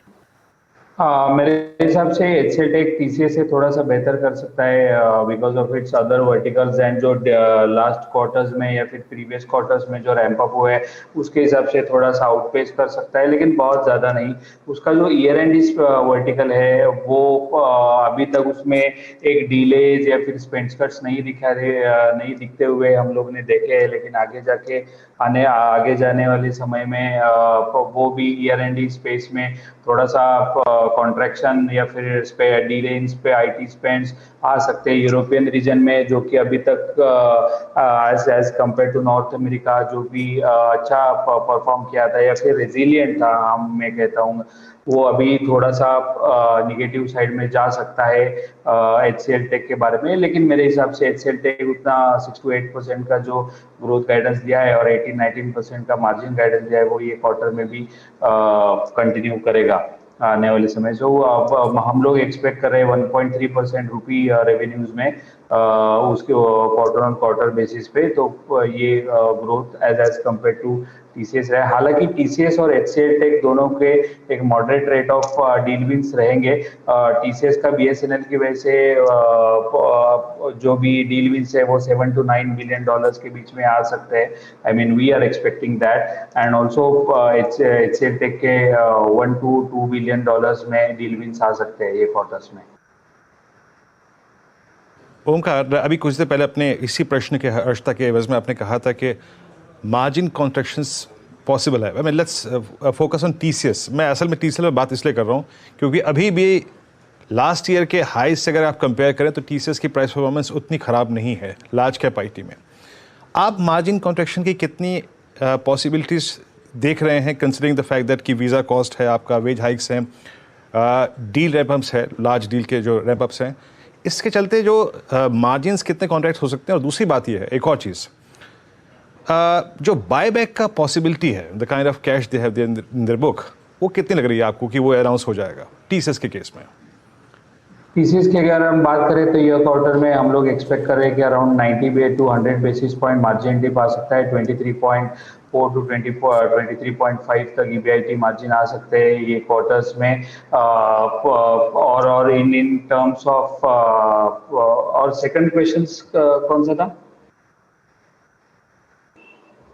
बायबैक पर उनका मार्जिन गॉड, हाँ hello,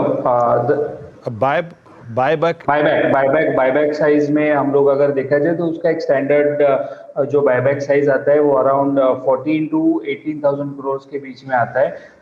generally they have the habit of transferring 80% of their cash flows to transfer it for the investor. So एक मेरे हिसाब से एक 1600 करोड़ टू 14 to 1600 करोड़ के बीच में आ सकता है बायबैक।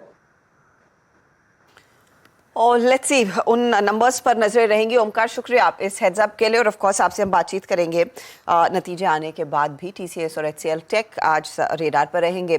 गौरांग, अगर आप देखें इन स्टॉक्स ने कैसे रिएक्ट किया है अब अप्रैल से लेकर अब तक, अगर आप देखें सबसे ज्यादा कमजोरी अगर किसी शेयर ने दिखाई है तो वो लार्जली इन्फोसिस रहा है। आई थिंक वो 5-5.5% नीचे, फिर नियरली 2.5% तक की गिरावट आई HCL टेक में, और ऑफ कोर्स 2.5% के आसपास का नुकसान TCS ने भी दिखाया है। तो सबसे कमजोर आपका I beg your pardon, TCS और HCL टेक सिर्फ 2.5% के रिटर्न दे पाए हैं एंड -5% यानी कि नेगेटिव इन्फोसिस है। इन्फी कंस्ट्रिंग ज्यादा टूटा है पिछले एक क्वार्टर में, क्या वहां पर आपको वैल्यूएशन का कंफर्ट है या फिर ये सब डिसाइड होगा नंबर्स देखने के बाद ही? वैल्यूएशन अलग होंगे और कमेंट्री ज्यादा इंपॉर्टेंट रहेगी। अर्शदा, दबाव में इसलिए भी रहा इन्फोसिस क्योंकि आंकड़ों को लेकर के बाकी अन्य दिग्गज कंपनी की आप तुलना करें तो थोड़ा बहुत दबाव भी ज्यादा दिख रहा था। आज भी मेरे ख्याल से कुछ खबर है इन्फोसिस ने अपने कर्मचारियों को जो इंसेंटिव पेमेंट करना था वो थोड़ा वहां पर देरी है, ऐसा कुछ रिपोर्ट मैंने पढ़ा है, उसको लेकर के भी दबाव। तो ये कमजोरी रहेगी, इसमें कोई दो राय नहीं है। इस कमजोरी पर किस तरीके से आंकड़ों का असर होगा वो निर्भर करेगा आंकड़े किस तरीके के आते हैं, लेकिन ज्यादातर मेरे ख्याल से आने वाले भविष्य में जो इनका एक अनुमान है कारोबार को लेकर के। ऑफकोर्स कॉन्जर्वेटिव टिप्पणी देते हैं, कोई आगे बढ़ती हुई टिप्पणी नहीं करते हैं ये सब दिग्गज आईटी कंपनियों की मैनेजमेंट, तो ये निर्भर करेगा। लेकिन कमजोर कड़ी आज के तारीख में अगर आप मुझे दिग्गज आईटी कंपनियों में पूछे तो सबसे ज्यादा कमजोर मुझे इन्फोसिस लग रहा है, बशर्ते कि आंकड़ों और कारोबार की टिप्पणियों में कोई सुधार हो।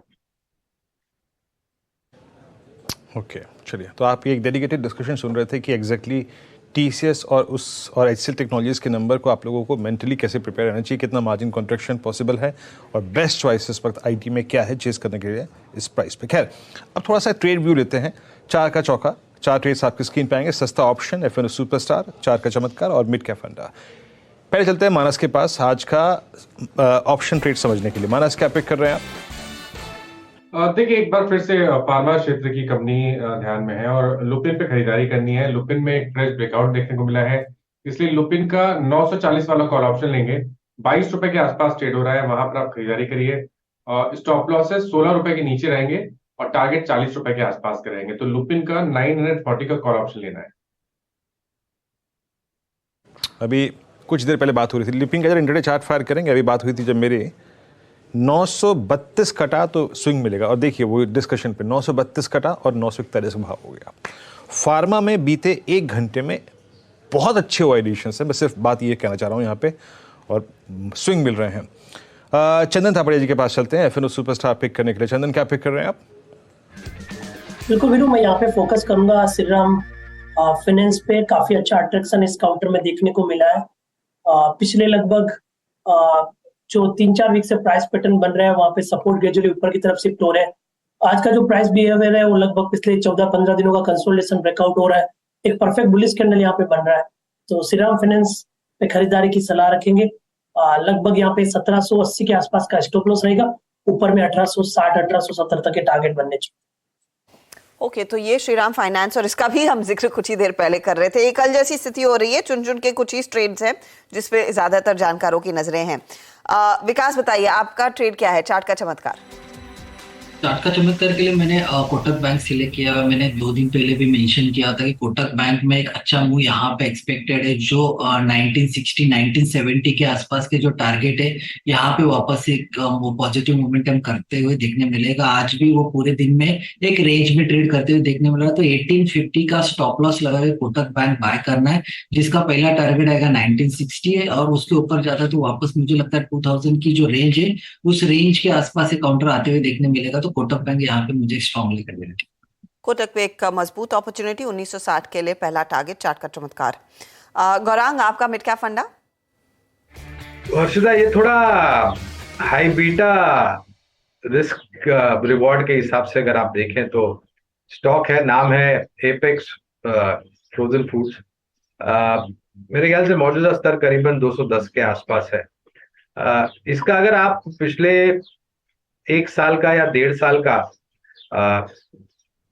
पैटर्न देखें हर्षिता, तो काफी वॉलेटाइल रहा है, खास करके पिछले साल 2022 में जब इनके एक्सपोर्ट्स को लेकर के कुछ कमियां आई थी और इनको अपने जो एक्सपोर्ट्स थे उसको वापस लेना पड़ा था, और उसकी जो भरपाई है वो कंपनी को झेलनी पड़ी थी। उसके कारण एक तीव्र गिरावट आई थी, और ये जो जहां पर कामकाज कर रहा है 210-215 के आसपास हर्षिता, हमें लग रहा है कि यहाँ से नीचे की तरफ के दायरे काफी सीमित हो सकते हैं।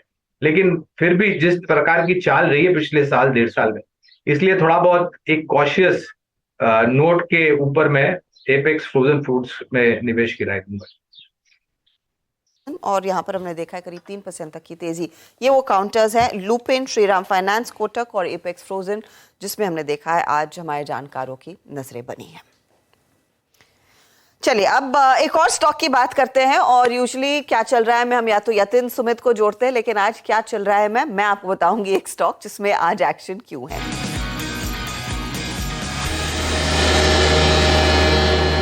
एक शेयर आपकी नजर गई होगी इस पे, पेटीएम, जिसमें लगभग इंट्राडे में 6% तक के गेंस देखने को मिले थे। लास्ट 4-4.5% तक की तेजी बनती दिखाई दी। और इस स्टॉक में आज एक्शन क्यों आया है, उसके पीछे तार जो है वो जापान से जुड़े हुए हैं। दरअसल रॉयटर्स पर एक एक्सक्लूसिव रिपोर्ट आई है कि जापानीज कंपनी पेपे ये दरअसल आईपीओ की तैयारी कर रही है। याद रखें, ये आईपीओ दरअसल सॉफ्ट बैंक की ये कंपनी है, यानी कि सॉफ्ट बैंक का इसमें निवेश है। प्रोमोटर है सॉफ्ट बैंक और याहू फाइनेंस की होल्डिंग कंपनी जेड होल्डिंग्स, और ये दरअसल पेपे की लिस्टिंग यूएस में कराने की तैयारी कर रहे हैं और उससे तार दरअसल पेटीएम के जुड़े हुए हैं। उन पर आएंगे, लेकिन ध्यान रहे अगर इस कंपनी की लिस्टिंग होती है तो लगभग $7 बिलियन के आसपास इसकी वैल्यूएशन पेग की जा रही है। पेपे के जापान में करीब 5 करोड़ से ज्यादा यूजर्स हैं और अगर यहां पर ये आईपीओ आता है तो पेटीएम को भी इसका फायदा मिलेगा। पेटीएम लगभग 7% स्टेक होल्ड करता है इस पर्टिकुलर एंटिटी में। अब क्यों यहां पर पेपे का पेटीएम से कनेक्शन है? 2018 में जब सॉफ्ट बैंक और याहू फाइनेंस ने मिलकर ये पर्टिकुलर पेमेंट सर्विस प्लेटफॉर्म तैयार किया था तो टेक्नोलॉजी पार्टनर उस समय, और तब से दरअसल इनके अर्ली डेज से पेटीएम ही रहा है। तो इनका जो क्यूआर कोड स्कैनिंग वाला बिजनेस था या बार कोड पेमेंट वाला बिजनेस था, उसके लिए जो सॉफ्टवेयर तैयार किया था वो पेटीएम ने तैयार किया था। 2021 में पेटीएम के पास एक ऑप्शन दिया गया था कि कंस्ट्रिंग ये पेपे के साथ के लिए काम कर रहे थे और उस प्लेटफॉर्म को तैयार किया गया था उनकी तरफ से एक कॉल ऑप्शन को कन्वर्ट करने के लिए इक्विटी होल्डिंग से। उस कैलकुलेशन पर अगर आप ध्यान दें, पेटीएम की लगभग 7% हिस्सेदारी पेपे में बनती है और अगर पेपे आने वाले समय में आईपीओ के लिए जाता है तो उस पर्टिकुलर होल्डिंग की जो वैल्यूएशन है वो लगभग $50 करोड़ के आसपास आकी जाएगी। यही दरअसल वो मैथमेटिक्स बाजार में लोग करने लगे हैं और इस वजह से हमने देखा है स्टॉक में करीब करीब इंट्राडे में 6% की तेजी देखने को मिली। तो ये एक स्टोरी है जो इस समय पक रही है, उस पर नजरें रहेंगी। लेकिन भारत में दरअसल कंपनी अपने साउंड बॉक्सेस को लेकर एग्रेसिव होने वाली है और उस पर्टिकुलर बिजनेस को सबसे ज्यादा पुश करने की तैयारी है। और ये बातचीत दरअसल केतन जोशी से कंपनी के मैनेजमेंट ने की, उस पर भी नजर डालिए। पेटीएम के चीफ बिजनेस ऑफिसर इस वक्त हमारे साथ है। सर बताइए कि आने वाले समय में पेटीएम की क्या स्ट्रेटेजी है, इन टर्म्स ऑफ कार्ड में क्या क्या नया हम देखेंगे? पेटीएम आपको पता ही है कि पेटीएम एक टेक्नोलॉजिकली लगातार पेमेंट्स के फील्ड में इनोवेशंस करती रहती है। हमारा जो डिवाइसेस हैं जिन्होंने पिछले साल से अगर मैं बात करता हूं तो हमारे 109% की वृद्धि हुई है डिवाइस में। पेटीएम साउंड बॉक्स और पेटीएम पॉस मशीन अभी आज की डेट में मार्केट में हर मर्चेंट के पास दिखते हैं और वो मेन उनका जो पर्पज़ है जो मर्चेंट के लिए हम इनोवेट करना चाहते हैं वो है कि डिजिटल ट्रांजैक्शंस को कैसे वो ईज़ दें मर्चेंट्स को, जिससे वो डिजिटल ट्रांजैक्शंस को ज़्यादा से ज़्यादा अडॉप्ट करें। पेटीएम ने सबसे पहले पेटीएम साउंड बॉक्स को मार्केट में उतारा और उसकी वजह से हमारा करीब 35% जीएमवी ईयर ऑन ईयर बढ़ा है और पेटीएम का जो भरोसा है वो मर्चेंट्स पे लगातार बढ़ता जा रहा है। ओके, पेटीएम पे हर्षिता का आई थिंक मैं हर्षिता से थोड़ी सी बात करूँगा इस पे भी और बात करेंगे। और एक से कहते हैं ना एक ट्रिगर है पेटीएम के लिए बड़ा। खैर मैं थोड़ा सा विषय बदलता हूँ, यहाँ पे एक ब्रेक का वक्त है, लेकिन एक ट्रेड मैं आपकी स्क्रीन पे रखूँगा। सारे फार्मा के ट्रेड्स अच्छा कर रहे हैं। Nifty pharma index, Nifty health care day high पर है। एक बार जरा ल्यूपिन की 1030 की कॉल लेके आइएगा। ल्यूपिन किसने दिया अभी यहाँ पर? मेरे ख्याल से ल्यूपिन अभी ट्रेड स्क्रीन पे गया था और ये ट्रेड पिक किया था मेरे ख्याल से मानस ने। एक बार आप ल्यूपिन लेके आइएगा और 1030 की कॉल लेके आइएगा। ल्यूपिन नहीं, माफ़ कीजिएगा, सिप्ला की 1030 की कॉल लेके आइएगा। प्लीज़ माफ़ी चाहूँगा डायरेक्टर साहब, सिप्ला की 1030 की कॉल लेके आइएगा। एक बार मानस 1030 की कॉल पे व्यू क्या है आपका? एक इंट्राडे में स्विंग काफ़ी अच्छा खाया है, डे हाई पर आके ट्रेड करता हुआ। 1030 की कॉल पकड़ सकते हैं इसकी? बिल्कुल पॉजिटिव है और करंट लेवल पे भी आप खरीदारी कर सकते हैं। जो 1030 की कॉल है वो 20 रुपए के आसपास ट्रेड हो रही है, वहां पर आप खरीदारी करिए। स्टॉप लॉसेस 14 रुपीज के नीचे लगाएंगे और 30 से 32 रुपए तक के भाव इस ऑप्शन में आपको देखने को मिल सकता है। जी हाँ, अभी मैं देख रहा था स्क्रीन पे बहुत अच्छे स्विंग्स आ रहे हैं इस वक्त फार्मा में। पूरा का पूरा फार्मा स्पेस डे हाई की ट्रेजेक्टरी में आके बैठा हुआ है। ये ऑप्शन 2060 पे ट्रेड कर रहा है। जब लौट के आएंगे तो बात करेंगे इस ऑप्शन ट्रेड पे एक बार फिर से, पर अभी फिलहाल एक छोटे से ब्रेक का वक्त है और ब्रेक के बाद जब लौट के आएंगे तो शुरू करेंगे आज बिग मार्केट वॉइसेस की कड़ी में। राजेश कोठारी हमारे से जुड़ेंगे बातचीत करने के लिए। एक छोटे से ब्रेक के बाद तुरंत हाजिर होता है। में आपका स्वागत है। मोर और लेस जो डेटा कह रहा था, बाजार की चाल वैसी ही है। अभी किसी भी प्रकार का अगर आप देखें ब्रेकआउट और ब्रेकडाउन स्क्रीन पर विजिबल नहीं है। Index well with in that defined option range trade करते हुए। चलिए अब राजेश कोठारी जी से बात करते हैं। हमारे साथ जुड़ चुके हैं inspector Rajesh ji. Good afternoon, कार्यक्रम में स्वागत है आपका CNBC से आवाज़ पर। राजेश जी, आज औपचारिक तौर पे नंबर्स के साथ HCL टेक्नोलॉजीज और TCS के नंबर्स के साथ इस अर्निंग सीजन का शुभारंभ हो जाएगा। बाजार कुछ दिनों से 19,500 और बैंक निफ्टी 45,000 की रेंज में स्ट्रगल कर रहा है और निफ्टी IT तो कम्प्लीटली स्ट्रगल मोड में है ही। आप वहाँ किसको कैसे अप्रोच कर रहे हैं और बेटर रिवॉर्ड इस वक्त किस चीज़ को चेज करने में है? जो कंपनीज की रिजल्ट सीजन जो है वो फंडामेंटल्स जो सबसे इम्पोर्टेंट है कोई भी मार्केट के लिए, वो तय करती है कि बाजार आगे कैसा रहेगा।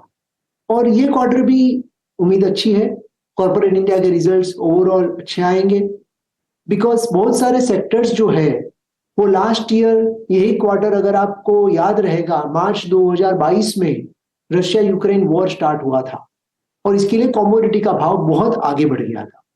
तो ये क्वार्टर जो अपना है, आगे के करीब शायद और 1 से 2 quarter gross margins we will see improvement, क्योंकि inflation is cooling down. So that will be the first most important thing. Second बहुत बड़ी इंपॉर्टेंट चीज ये है कि बहुत सारे सेक्टर्स में demand growth is going to be very strong, so आपके रेवेन्यू ग्रोथ भी अच्छे रहेंगे। ऑफ कोर्स 2-3 सेक्टर ऐसे भी रहेगा, जैसा आपने कहा IT सेक्टर, जहां पे डिमांड स्लो डाउन रहेगा और इसके लिए शायद उनके रिजल्ट इतने अच्छे नहीं आएंगे, लेकिन वो शायद पूरी मार्केट को पता है, तो it is nothing new kind of thing. But overall if you ask my personal view, then market में कॉर्पोरेट इंडिया के results are likely to be reasonably good numbers for this quarter. Okay, reasonably good quarters for this number. अच्छा, मैं sir एकदम से थोड़ा सा ना यहाँ पे विषय चेंज कर रहा हूँ। सडनली मैं एक ऐसे स्पेस पे आ रहा हूँ जिस पे अमूमन हम शायद बातचीत के क्रम में मिड में करते हैं, आखिरी में करते हैं, और एक ऐसा इंडेक्स और ऐसे ग्रुप ऑफ स्टॉक्स जिसको लेकर बाजार एक धारणा नहीं बना पाया और लगभग 70% लोग गलत थे, और वो था मेटल्स को सब ये कह रहे थे कि एक साइकिल इज ओवर, अब मेटल्स को अलविदा कह दीजिए। और आज भी JSW steel, JSPL all time high पे खड़े हैं। मेटल्स पे आपकी राय क्या है? जब कैपिटल गुड्स काफ़ी अच्छा कर रहा है, जब सीमेंट ऑल टाइम हाई पे ट्रेड कर रहा है, तो ऑटो ऑल टाइम हाई पे ट्रेड कर रहा है, मेटल्स पे आपका व्यू क्या है इस वक्त? कैसे अप्रोच करेंगे आप मेटल्स को? देखिए, मेटल्स एज ए सेक्टर हम इन्वेस्ट नहीं करते हैं, क्योंकि मेटल्स में 2-3 इंपॉर्टेंट चीजें जहां पे as a fund manager you cannot predict. The first most important is metals prices are not decided by only demand and supply, but demand and supply के ऊपर भी उसमें 2-3 अलग-अलग परिबल होते हैं, जैसे कि करेंसी इंपैक्ट, जैसे कि क्रूड ऑयल इंपैक्ट, जैसे कि ग्लोबल ट्रेड बैरियर्स। तो ये जो 3 चीजें हैं वो प्रेडिक्ट करना बहुत मुश्किल होता है, और इसके लिए हम मेटल स्टॉक्स में इन्वेस्ट नहीं करते। But having said that, I think what is happening is there are many other opportunities in India, and therefore अगर आप मेटल स्टॉक में इन्वेस्ट ना भी करें तो ये बहुत बड़ा कुछ आपका नुकसान नहीं होता है, कि बहुत बड़ा कोई अपॉर्चुनिटी मिस नहीं होता है। So with a lower risk higher alpha higher returns की बेसिकली हमारी कोशिश जो रहती है, that's what it is in line with that, so we don't invest in metal stocks. Metal से आप दूर हैं, लेकिन आपकी अच्छी खासी पकड़ बैंक्स और फाइनेंशियल सर्विसेज में है। अब तक जिस तरह का एनवायरनमेंट हमने देखा है इंटरेस्ट रेट्स का, और जो पॉज अब आया है अर्निंग्स के लिहाज से, Q4 में हमने देखा था वो अर्निंग्स पे साफ हो गया था, सिचुएशन काफी मजबूत थी। क्या उससे और ज्यादा बेहतरी देखने को मिलेगी Q1 के नंबर्स में, राजेश? और किस तरह के NBFCs या बैंक्स पर आप ज्यादा बायस रखना चाहेंगे इन टर्म्स ऑफ नया निवेश? अर्निंग्स पर्सपेक्टिव YOY बेसिस पे अगर आप देखेंगे तो अर्निंग्स अभी भी रीजनेबली स्ट्रांग दिखेगा। क्वार्टर ऑन क्वार्टर आप देख नहीं सकते बैंकिंग फाइनेंस में, क्योंकि फोर्थ क्वार्टर जो फाइनेंशियल ईयर एंड का फोर्थ क्वार्टर होता है, मार्च क्वार्टर होता है, वो कभी भी सबसे बहुत बड़ा हेवी होता है, तो उससे ऊपर कोई बहुत बड़ा ग्रोथ नहीं आता है। लेकिन YOY बेसिस पे ये क्वार्टर भी ग्रोथ स्ट्रांग रहेगा। बैंकिंग सेक्टर में सबसे इंपॉर्टेंट बात यह है कि नॉन फूड क्रेडिट ग्रोथ जो है वो स्ट्रांग डबल डिजिट लगातार चल रहा है। आई थिंक फ्रॉम जुलाई या अगस्त महीने से ये स्टार्ट हुआ था और ऑलमोस्ट 9, 10, 11 महीने से ये डबल डिजिट ग्रोथ पे चल रहा है। लास्ट 12 साल में ये नॉन फूड क्रेडिट ग्रोथ इतना डबल डिजिट था नहीं, तो बहुत ही प्रॉब्लम था। वो demand growth is now revived, corporate credit growth is improving, retail credit growth भी इंप्रूव हो रही है। तो आपकी जो लोन बुक ग्रोथ है वो बेसिकली रीजनेबली स्ट्रांग रहेगी। लेकिन जो नेट इंटरेस्ट मार्जिन है, आगे जाके नेट इंटरेस्ट मार्जिन में कहीं पे थोड़ा सा प्रेशर आ सकता है, और इसके लिए आपके जो नेट इंटरेस्ट इनकम ग्रोथ होता है वो थोड़ा मॉडरेट हो सकता है। सबसे इंपॉर्टेंट बात है क्रेडिट कॉस्ट, और credit cost is very very positive indicator and we do not see any risk on the credit cost. आखिरी सवाल आपने पूछा था एनबीएफसी वर्सेस बैंक्स। तो last year basically NBFCs were adversely impacted क्योंकि उनकी कॉस्ट ऑफ फंड इमीडिएटली बढ़ जाती है, and banks were the biggest beneficiary. This year there be some reversal. हमें लग रहा है कि NBFC this year will benefit more compare to the banking sector. So within our portfolio we are very bullish on overall banking and finance, लेकिन उसके अंदर हम NBFC पे थोड़ा ज्यादा पॉजिटिव है कंपेयर टू लास्ट ईयर। जी हाँ, इस बीच आप जरा प्लीज एक बार लेके आइएगा एचडीएफसी बैंक को आपकी स्क्रीन पे। और जैसे कि मैंने कहा था 2 बजे की कमेंट्री में 3 से लेके 3:30 एचडीएफसी सबसे क्रिटिकल रहेगा, क्योंकि जो इंडेक्स रिलेटेड सेलिंग है और बाइंग है वो एग्जैक्ट मतलब सेलिंग है, माफ कीजिएगा, वो इसी समय आएगी। और देखिए पूरा का पूरा बैंक निफ्टी का स्ट्रक्चर और निफ्टी का स्ट्रक्चर ये इस मात्र एक स्टॉक के चलते आपकी स्क्रीन पे डे लो पर आ गया है। और हालांकि देखिए ये जो घटनाक्रम है ना, और जो इसमें टारगेटेड सेलिंग आनी थी उसका अब मैं इस एवरेजेस से बहुत ज़्यादा कोरिलेट नहीं करना चाहूँगा, क्योंकि ये आनी ही थी। और वैसे एवरेजेस के लिहाज से याद रखिएगा 1630 this price exactly HDFC bank का 100-डे एक्सपोनेंशियल एवरेज है। तो एचडीएफसी डॉक्टर साहब एचडीएफसी बैंक रखिए आपकी स्क्रीन पे सिर्फ, और एचडीएफसी बैंक 1644 से एकदम से घट के करीब करीब 1630 पे आ चुका है। लेकिन याद रखिएगा ये तयशुदा था, ये होना है, तो इसीलिए बैकफुट पे आ रहा है, पर इससे बहुत घबराने की जरूरत नहीं है। याद रखिएगा इंडेक्स पे भी कोई कॉल नहीं लेंगे, इंडेक्स पे कोई कॉल नहीं लेंगे, थोड़ा सा और समय बीत जाए, 15-20-25 के आसपास कोई व्यू लेंगे। लेकिन आपकी स्क्रीन पे एचडीएफसी बैंक इस वक्त डे लो पे आता हुआ और डे लो की ट्रैजेक्टरी पे आके ट्रेड करता हुआ। हर्ष, ओवर टू यू। तो वहां पर क्लियरली पोजीशंस एचडीएफसी में अनवाइंड होती हुई दिखाई दे रही हैं।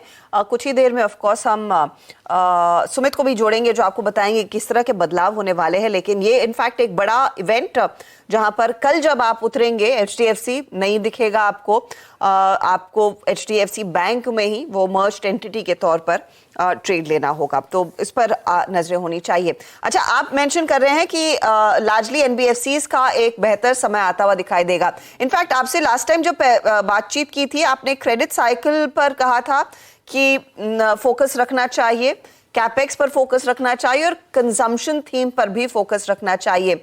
Coming to the consumption theme, Rajesh, इस समय कहां पर आपको ज्यादा बेहतर ट्रेड्स आइडेंटिफाई हुए हैं? कुछ आप लोगों ने अपने पोर्टफोलियो में नया विद ड्यू डिस्क्लोजर ऐड किया है तो वो भी बताएं। कंजम्पशन में दो चीज होने वाली है। एक तो रूरल इकोनॉमी हमें लग रहा है कि now it is going to recover, क्योंकि गवर्नमेंट की minimum support prices have increase which is a good thing for agriculture economy. So rural demand is which was impacted significantly. Last year अगर आप देखेंगे तो महंगाई बहुत थी, तो डिमांड में काफी प्रॉब्लम रहा। ये साल एमएसपी अच्छी रहेगी और इन्फ्लेशन भी कूलिंग डाउन हो रहा है, तो ओवरऑल रूरल इकोनॉमी हमें लग रहा है कि is going to be better compare to last year. Because of that we expect कि रेवेन्यू ग्रोथ भी आगे चल के अच्छा हो जाएगा कंपेयर टू FY23 जो थोड़ा म्यूटेड रहा। दूसरा सबसे बड़ा प्रॉब्लम था लास्ट ईयर कंज्यूमर सेक्टर में कि कमोडिटी प्राइस बढ़ जाने की वजह से ग्रॉस मार्जिन्स में कॉन्ट्रैक्शन था। ये साल एग्जैक्टली रिवर्स होएगा because commodity cycles have come down. Whether you look at crude oil prices, whether you look at any raw material for the FMCG consumer, most of them 85 to 90% of that basket the prices have reduced. तो उसकी वजह से gross margin में आपको expansion मिलेगा। Combination of this two factors will result into consumer companies reporting strong double-digit growth for FY24, particularly on the defensive side of FMCG side of the consumer segment. So we are very positive on overall consumer space, both on discretionary side as well as non-discretionary side. And within that, we are doing, of course, the bottom-up opportunities and buying the stocks selectively depending upon our framework, investment framework, which is called 3M investment framework: market size, market share, and margin of safety. तो ये framework में जो भी shares आ रहे हैं, based on that, we have spotted many opportunities, and we remain reasonably overweight on consumer as a sector. Okay. Rajesh ji बहुत बहुत शुक्रिया, आप इस कार्यक्रम में शामिल हुए, सभी सेक्टर्स पे, स्टॉक्स पे, इंडेक्सेस पे अपनी बात करी, अपने विचार रखे। बहुत बहुत शुक्रिया आपका इस कार्यक्रम में शामिल होने के लिए।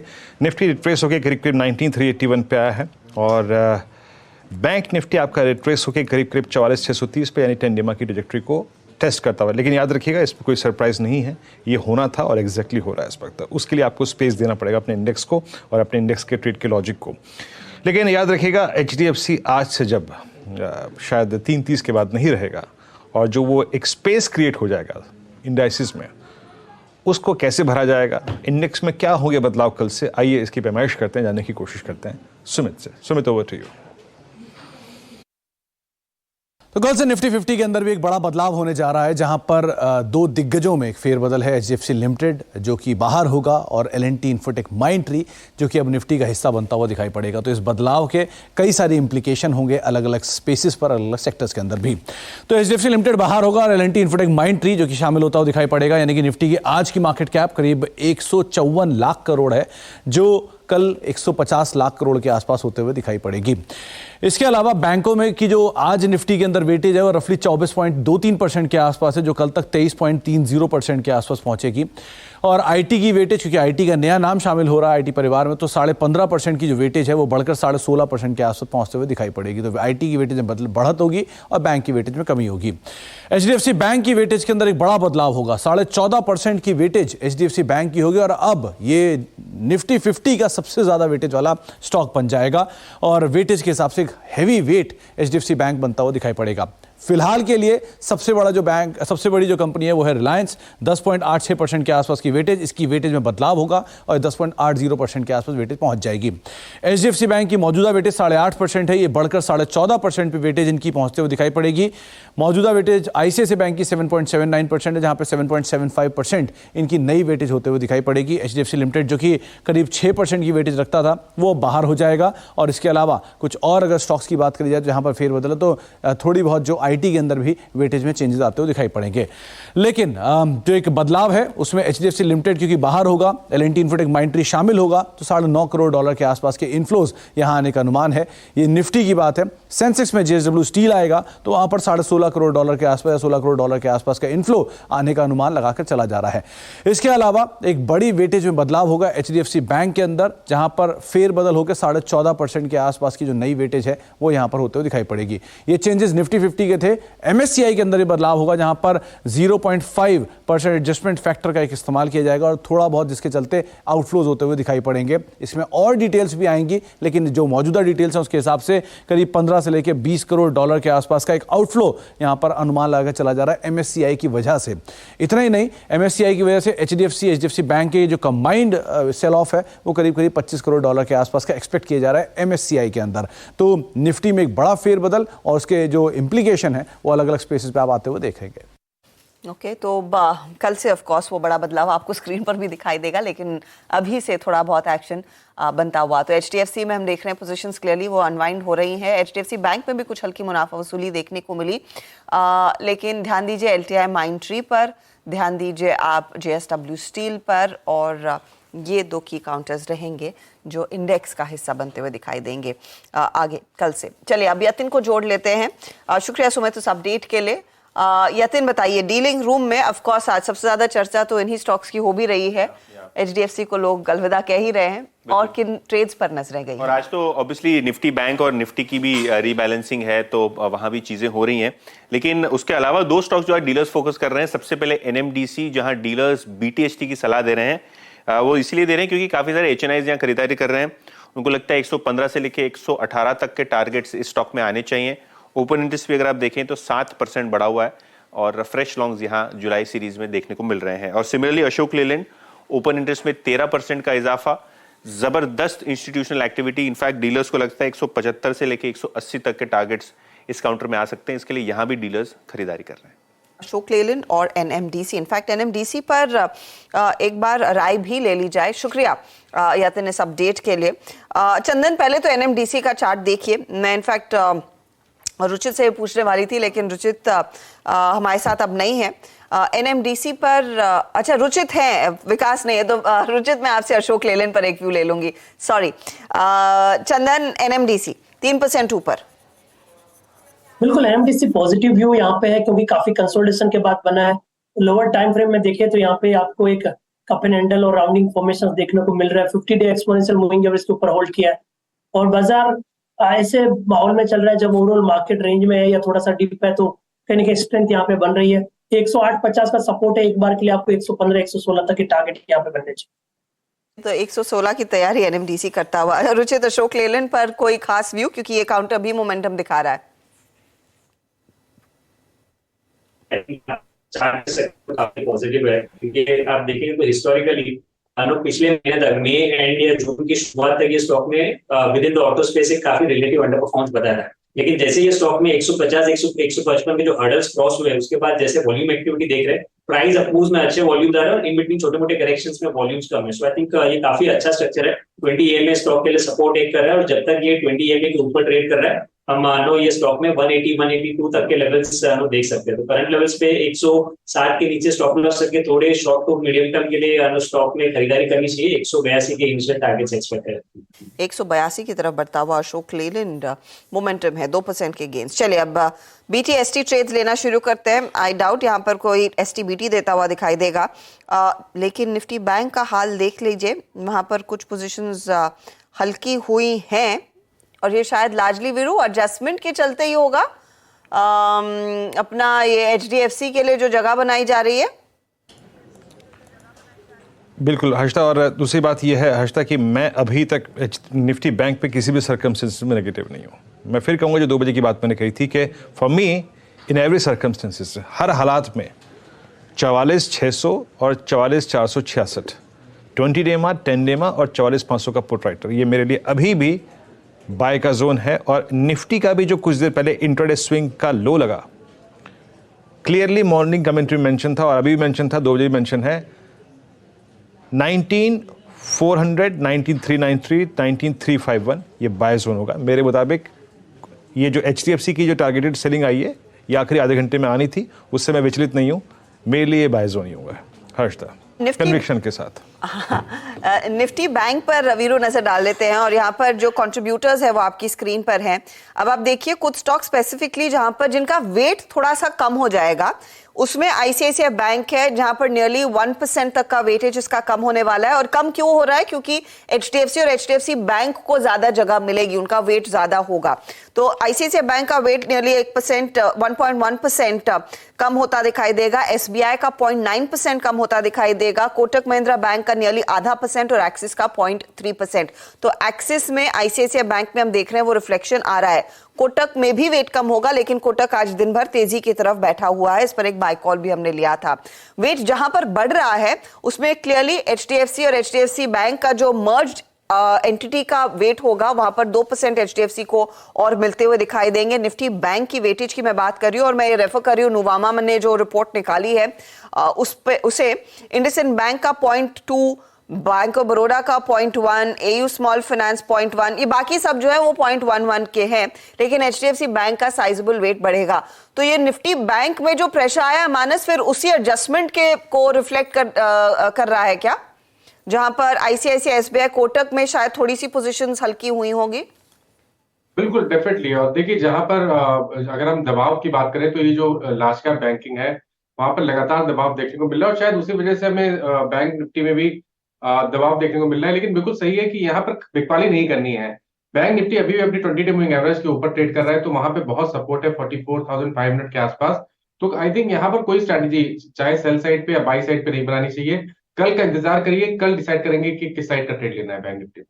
एक फ्रेश पर्सपेक्टिव जब सब कुछ एडजस्ट होकर आपकी स्क्रीन पर आएगा तब डिसाइड किया जाए। अच्छा मानस, बीटीएसटी या एसटीबीटी क्या ट्रेड है? तो देखिए बीटीएसटी है और एस्ट्रल पे खरीदारी करने की राय रहेगी। एस्ट्रल ने ऑलरेडी एक बड़ा करेक्शन दे दिया, मेरे ख्याल से 250-300 पॉइंट करेक्ट हो चुका है स्टॉक, लेकिन आज हमें रिवर्सल के साइन देखने को मिले हैं। तो एस्ट्रल में खरीदारी करेंगे, फ्यूचर में खरीदारी करिए जो 1841 के आसपास चल रहे हैं, वहां पर आपको खरीदारी करनी है। 1819 का आपको इस फ्यूचर में स्टॉप लॉस लगाना है और 1885 के टारगेट सेट करने हैं।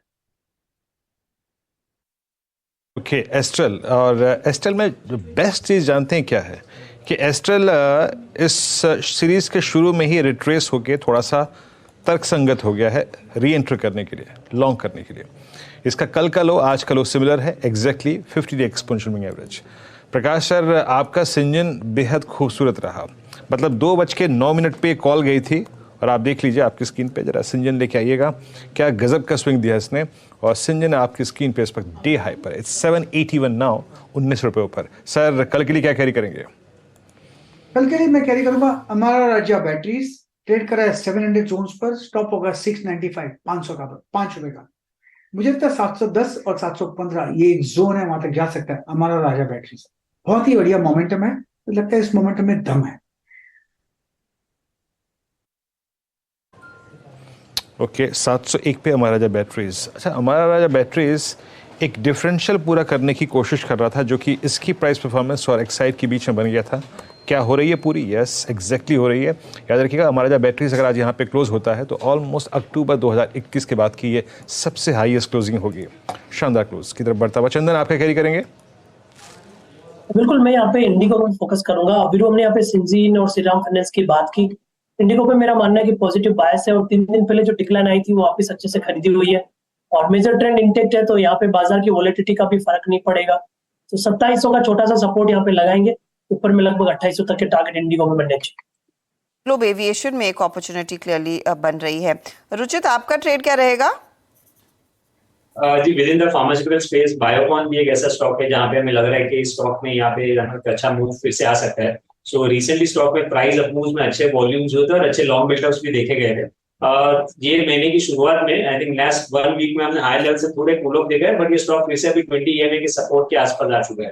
तो हमें लग रहा है कि यहाँ पे डाउनसाइड काफी लिमिटेड है। सो यहाँ पे बायोकॉन में करंट लेवल्स पे खरीदारी की सलाह रहेगी। 253 के नीचे स्टॉप लॉस रखे 268 के टारगेट्स के लिए। बायोकॉन में एक अपॉर्चुनिटी क्लियरली, इनफैक्ट आज फार्मा कंपनियों में अच्छी तेजी बनती दिखाई दी है, बड़ा मूव देखने को मिल रहा है यहाँ पर। चाहे आप बायोकॉन देखें, लुपिन देखें, सिप्ला की हम बात कर रहे थे कुछ देर पहले, मोमेंटम है, हरकत है। अच्छा, एक दो और ट्रेड्स पहले मेंशन किया था हमने ONGC, लेकिन इस क्लोजिंग के मद्देनजर चंदन आपकी राय क्या रहेगी? कल भी कैरी करेंगे क्या? बिल्कुल, ONGC कैरी किया जा सकता है। काउंटर में ओवरऑल स्ट्रेंथ है। पिछले 4 वीक से यहाँ पे हाई टॉप हाई बॉटम के सीक्वेंस बन रहे हैं। आज गैप अप ओपनिंग के साथ जो प्रीवियस 165-66 का जो हर्डल था उसको सपोर्ट बना रहा है, तो 165 के सपोर्ट से कैरी किया जा सकता है 172 तक के। ओके, तो 172 की तरफ बढ़ता हुआ ये काउंटर। एक बार कच्चे तेल का ताज़ा हाल भी स्क्रीन पर रख दीजिएगा डायरेक्टर साहब, क्योंकि सुबह में इनफैक्ट हमने देखा था ये $80 के काफ़ी करीब ट्रेड करता हुआ दिखाई दे रहा था ब्रेंट, और अभी भी 79.50 के आसपास ही है, तो उसी रेंज में ट्रेड है।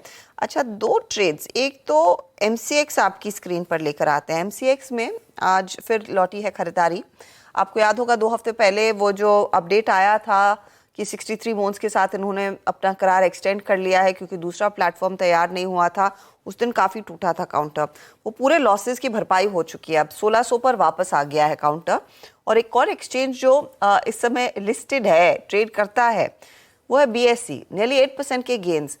अब गौरांग से यहाँ पर क्या एक्शन, कैसे बढ़ना चाहिए, हो क्या रहा है? दोनों स्टॉक्स में इंटरेस्ट वापस लौटता हुआ दिखाई दे रहा है।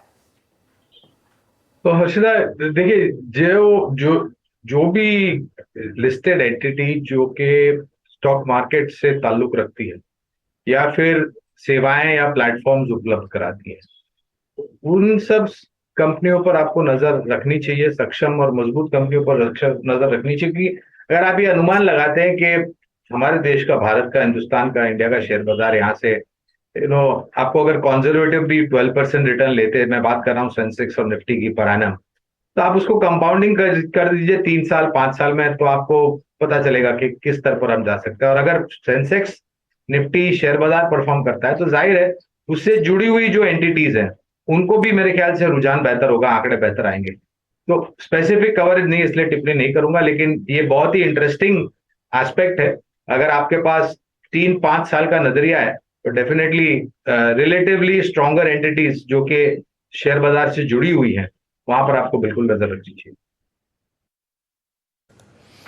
ओके, पीएससी पर आपका नजरिया 758, क्या गजब का मूव दिया इस स्टॉक ने। खैर अब हम क्लोजिंग की तरफ बढ़ रहे हैं। देखिए आज एक चैप्टर क्लोज हो रहा है, ठीक है, आज बुधवार यानी weekly contract -1 day, but HDFC का एडजस्टमेंट, HDFC बैंक की अगर आप देखें कल की, मतलब एक कंसिडर्ड जो एंटिटी होगी उसकी कल से बिगिनिंग होगी, तो आज एक एडजस्टमेंट पूरी हो गई। आखिरी में डिप आया, लेकिन याद रखिएगा एक कंट्रोल्ड डिप था, ऐसी कोई दिक्कत की बात नहीं है। थोड़ा सा रिलायंस बैकफुट पे आया, but it was a controlled dip.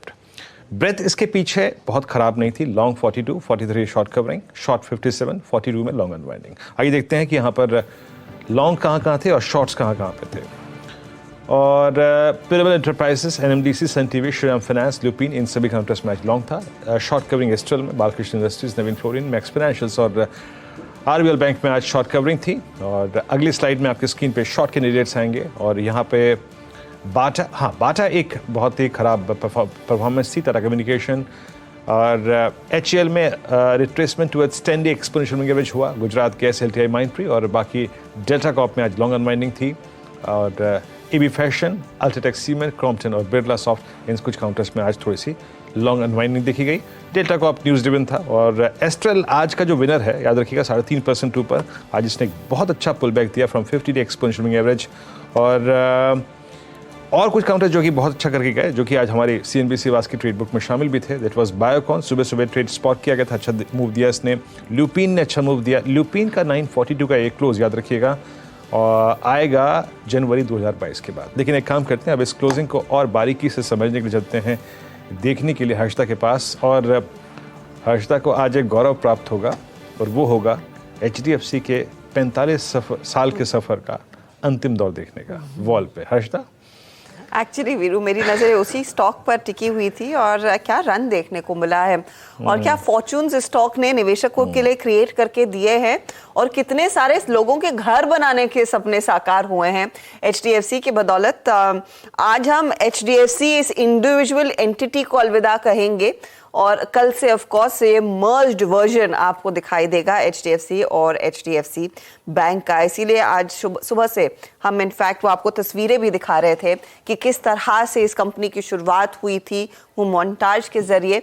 कुछ पल हमने भी याद किए, और इस मैनेजमेंट से हमने लगातार पिछले कई सालों से बात भी की है, इस जर्नी को समझा भी है। चलिए, लेकिन आज की क्लोजिंग पर आते हैं। तो निफ्टी बैंक थोड़ी सी नरमी के साथ, ऑफ कोर्स एडजस्टमेंट का ज्यादा इम्पैक्ट निफ्टी बैंक में देखने को मिला है। 95 अंकों की गिरावट पर ये जाकर टिकेगा। निफ्टी भी आप देखिएगा 53 पॉइंट नीचे, 19,400 के आसपास ही डे लो के नीचे हम दरअसल क्लोज हो रहे हैं। निफ्टी IT में दबाव आज फिर आया है, और आज दो स्टॉक्स पर सबसे ज्यादा बाजार की नजर TCS और HCL टेक। और ये इंपॉर्टेंट रहेगा कल कैसे खुलेंगे, क्योंकि आज शाम को बाजार बंद होने के बाद कमेंट्री आ जाएगी, आउटलुक क्या है, Q1 में क्या हुआ है कंपनी के साथ, वो समझ जाएगा मार्केट। 13 रुपए की गिरावट पर TCS जाकर टिक रहा है, आधे % के नुकसान पर HCL टेक जाकर टिक रहा है। इन्फोसिस, विप्रो जैसे ट्रेड्स, और विप्रो फिर अगली कंपनी होगी जिसके नतीजे 13 तारीख को आते हुए दिखाई देंगे, और वहां पर भी हमने देखा है आज थोड़ा सा साइडवेज ट्रेड। इन्फी में भी कुछ मुनाफा वसूली बनती दिखाई दी। लेकिन आज के जो दो बड़े धक्के थे, डेल्टा कॉर्प, वो पहले आपकी स्क्रीन पर लेकर आते हैं। GST काउंसिल ने आखिरकार तय कर ही लिया कि देखिए, अगर आप कसिनो जाएंगे, चिप जो आप खरीदेंगे उस पर आपको 28% GST देना है। 23% की गिरावट पर ये स्टॉक जाकर टिक रहा है। इनफैक्ट 1700 करोड़ से ज्यादा का मार्केट कैप में पड़ रही थी, इरोड हुआ है, काफी ज्यादा नुकसान। नजारा टेक पर भी इम्पैक्ट आया, क्योंकि ऑनलाइन गेमिंग कंपनियों में स्किल और ये लक बेस्ड में कोई डिफरेंशिएशन नहीं है। GST 28% लगेगा, 3% का नुकसान वहां पर बनता हुआ दिखाई दिया। PVR पर थोड़ी सी राहत आई थी, लेकिन फाइनली वो स्टॉक भी हमने देखा है एकदम फ्लैट टू नेगेटिव क्लोज होता हुआ दिखाई दिया है आज के लिए। क्लोजिंग पर एक दो ट्रेड्स जो हम मेंशन कर रहे थे वो आपकी स्क्रीन पर लेकर आते हैं। एक बार लेकर आइए आपका लुपिन, सिंजीन जैसे काउंटर्स। फार्मा कंपनियों में अच्छी खासी तेजी बनती दिखाई दी। इनफैक्ट फार्मा इंडेक्स ही आप दिखा देंगे तो वो काफी रहेगा, क्योंकि वहां पर एक मोमेंटम आज के दिन बना जरूर है। ऑन द बेल आप गौर करें, निफ्टी बैंक 44,658 के लेवल्स पर जाकर टिकता हुआ, और निफ्टी करीब 19,380 के लेवल्स पर जाकर टिका है। एक बार हीट मैप पर भी नजर डाल देंगे और एक फाइनल लुक देख लेते हैं कि HDFC ने कहां पर गुड बाय किया है इस मार्केट को। ये जो ट्रेडेड एंटिटी हम देख रहे हैं 0.5% की नुकसान पर जाकर वो टिका। ऑफ कोर्स वो पोजीशंस एचडीएफसी बैंक में ज्यादा शिफ्ट होती हुई दिखाई दी, लेकिन ओएनजीसी, आयशर, नेस्ले, कोटक ये कुछ आज के परफॉर्मर्स रहे हैं। सन फार्मा, डॉक्टर रेड्डीज में हमने देखा तेजी। जेएसडब्ल्यू स्टील सेंसेक्स का हिस्सा बनेगा कल से, और कल आपको एचडीएफसी नहीं दिखाई देगा, इनफैक्ट इसकी जगह एलटीआई माइंट्री आएगा। आज हालांकि एलटीआई माइंट्री में इतनी ज्यादा तेजी की पोजीशंस नहीं आई हैं, कल इस पर नए सिरे से नजरें बनेंगी। तो ये है फिलहाल आपके लिए आज की क्लोजिंग। फटाफट से नीरज और आशीष के जो ट्रेड्स फाइनल क्लोज पर सबसे ज्यादा चमके हैं वो आपकी स्क्रीन पर भी लेकर आते हैं। आशीष ने हैप्पीएस्ट माइंड पर प्रेशर रहेगा, ये आपको सुबह में कहा था, जो कंपनी फंड्स रेस कर रही है, 1% का दबाव वहां, लेकिन तेजी की तरफ ओएनजीसी, सीमेंस और आशियाना हाउसिंग जैसे ट्रेड्स रहे। दूसरी तरफ नीरज ने क्या आइडेंटिफाई किया, तो डेल्टा कॉप, नजारा और प्लास्टिक बेंज मंदी की तरफ रखा, लेकिन जीनियस पावर तेजी की तरफ था, जहां पर 5% की गेन्स देखने को मिले।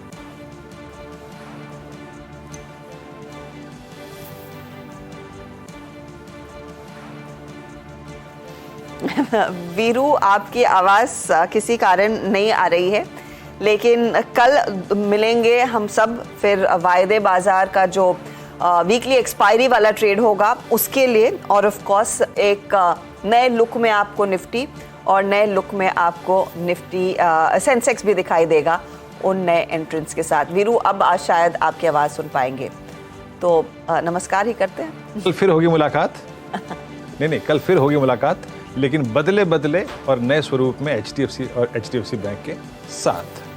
गुरुवार की वीकली कॉन्ट्रैक्ट की एक्सपायरी कल फिर 6:57 पे। मैं नीरज, आशीष और अनुज मुनाफे की तैयारी और मॉर्निंग कॉल लेके, तब तक ले नमस्कार।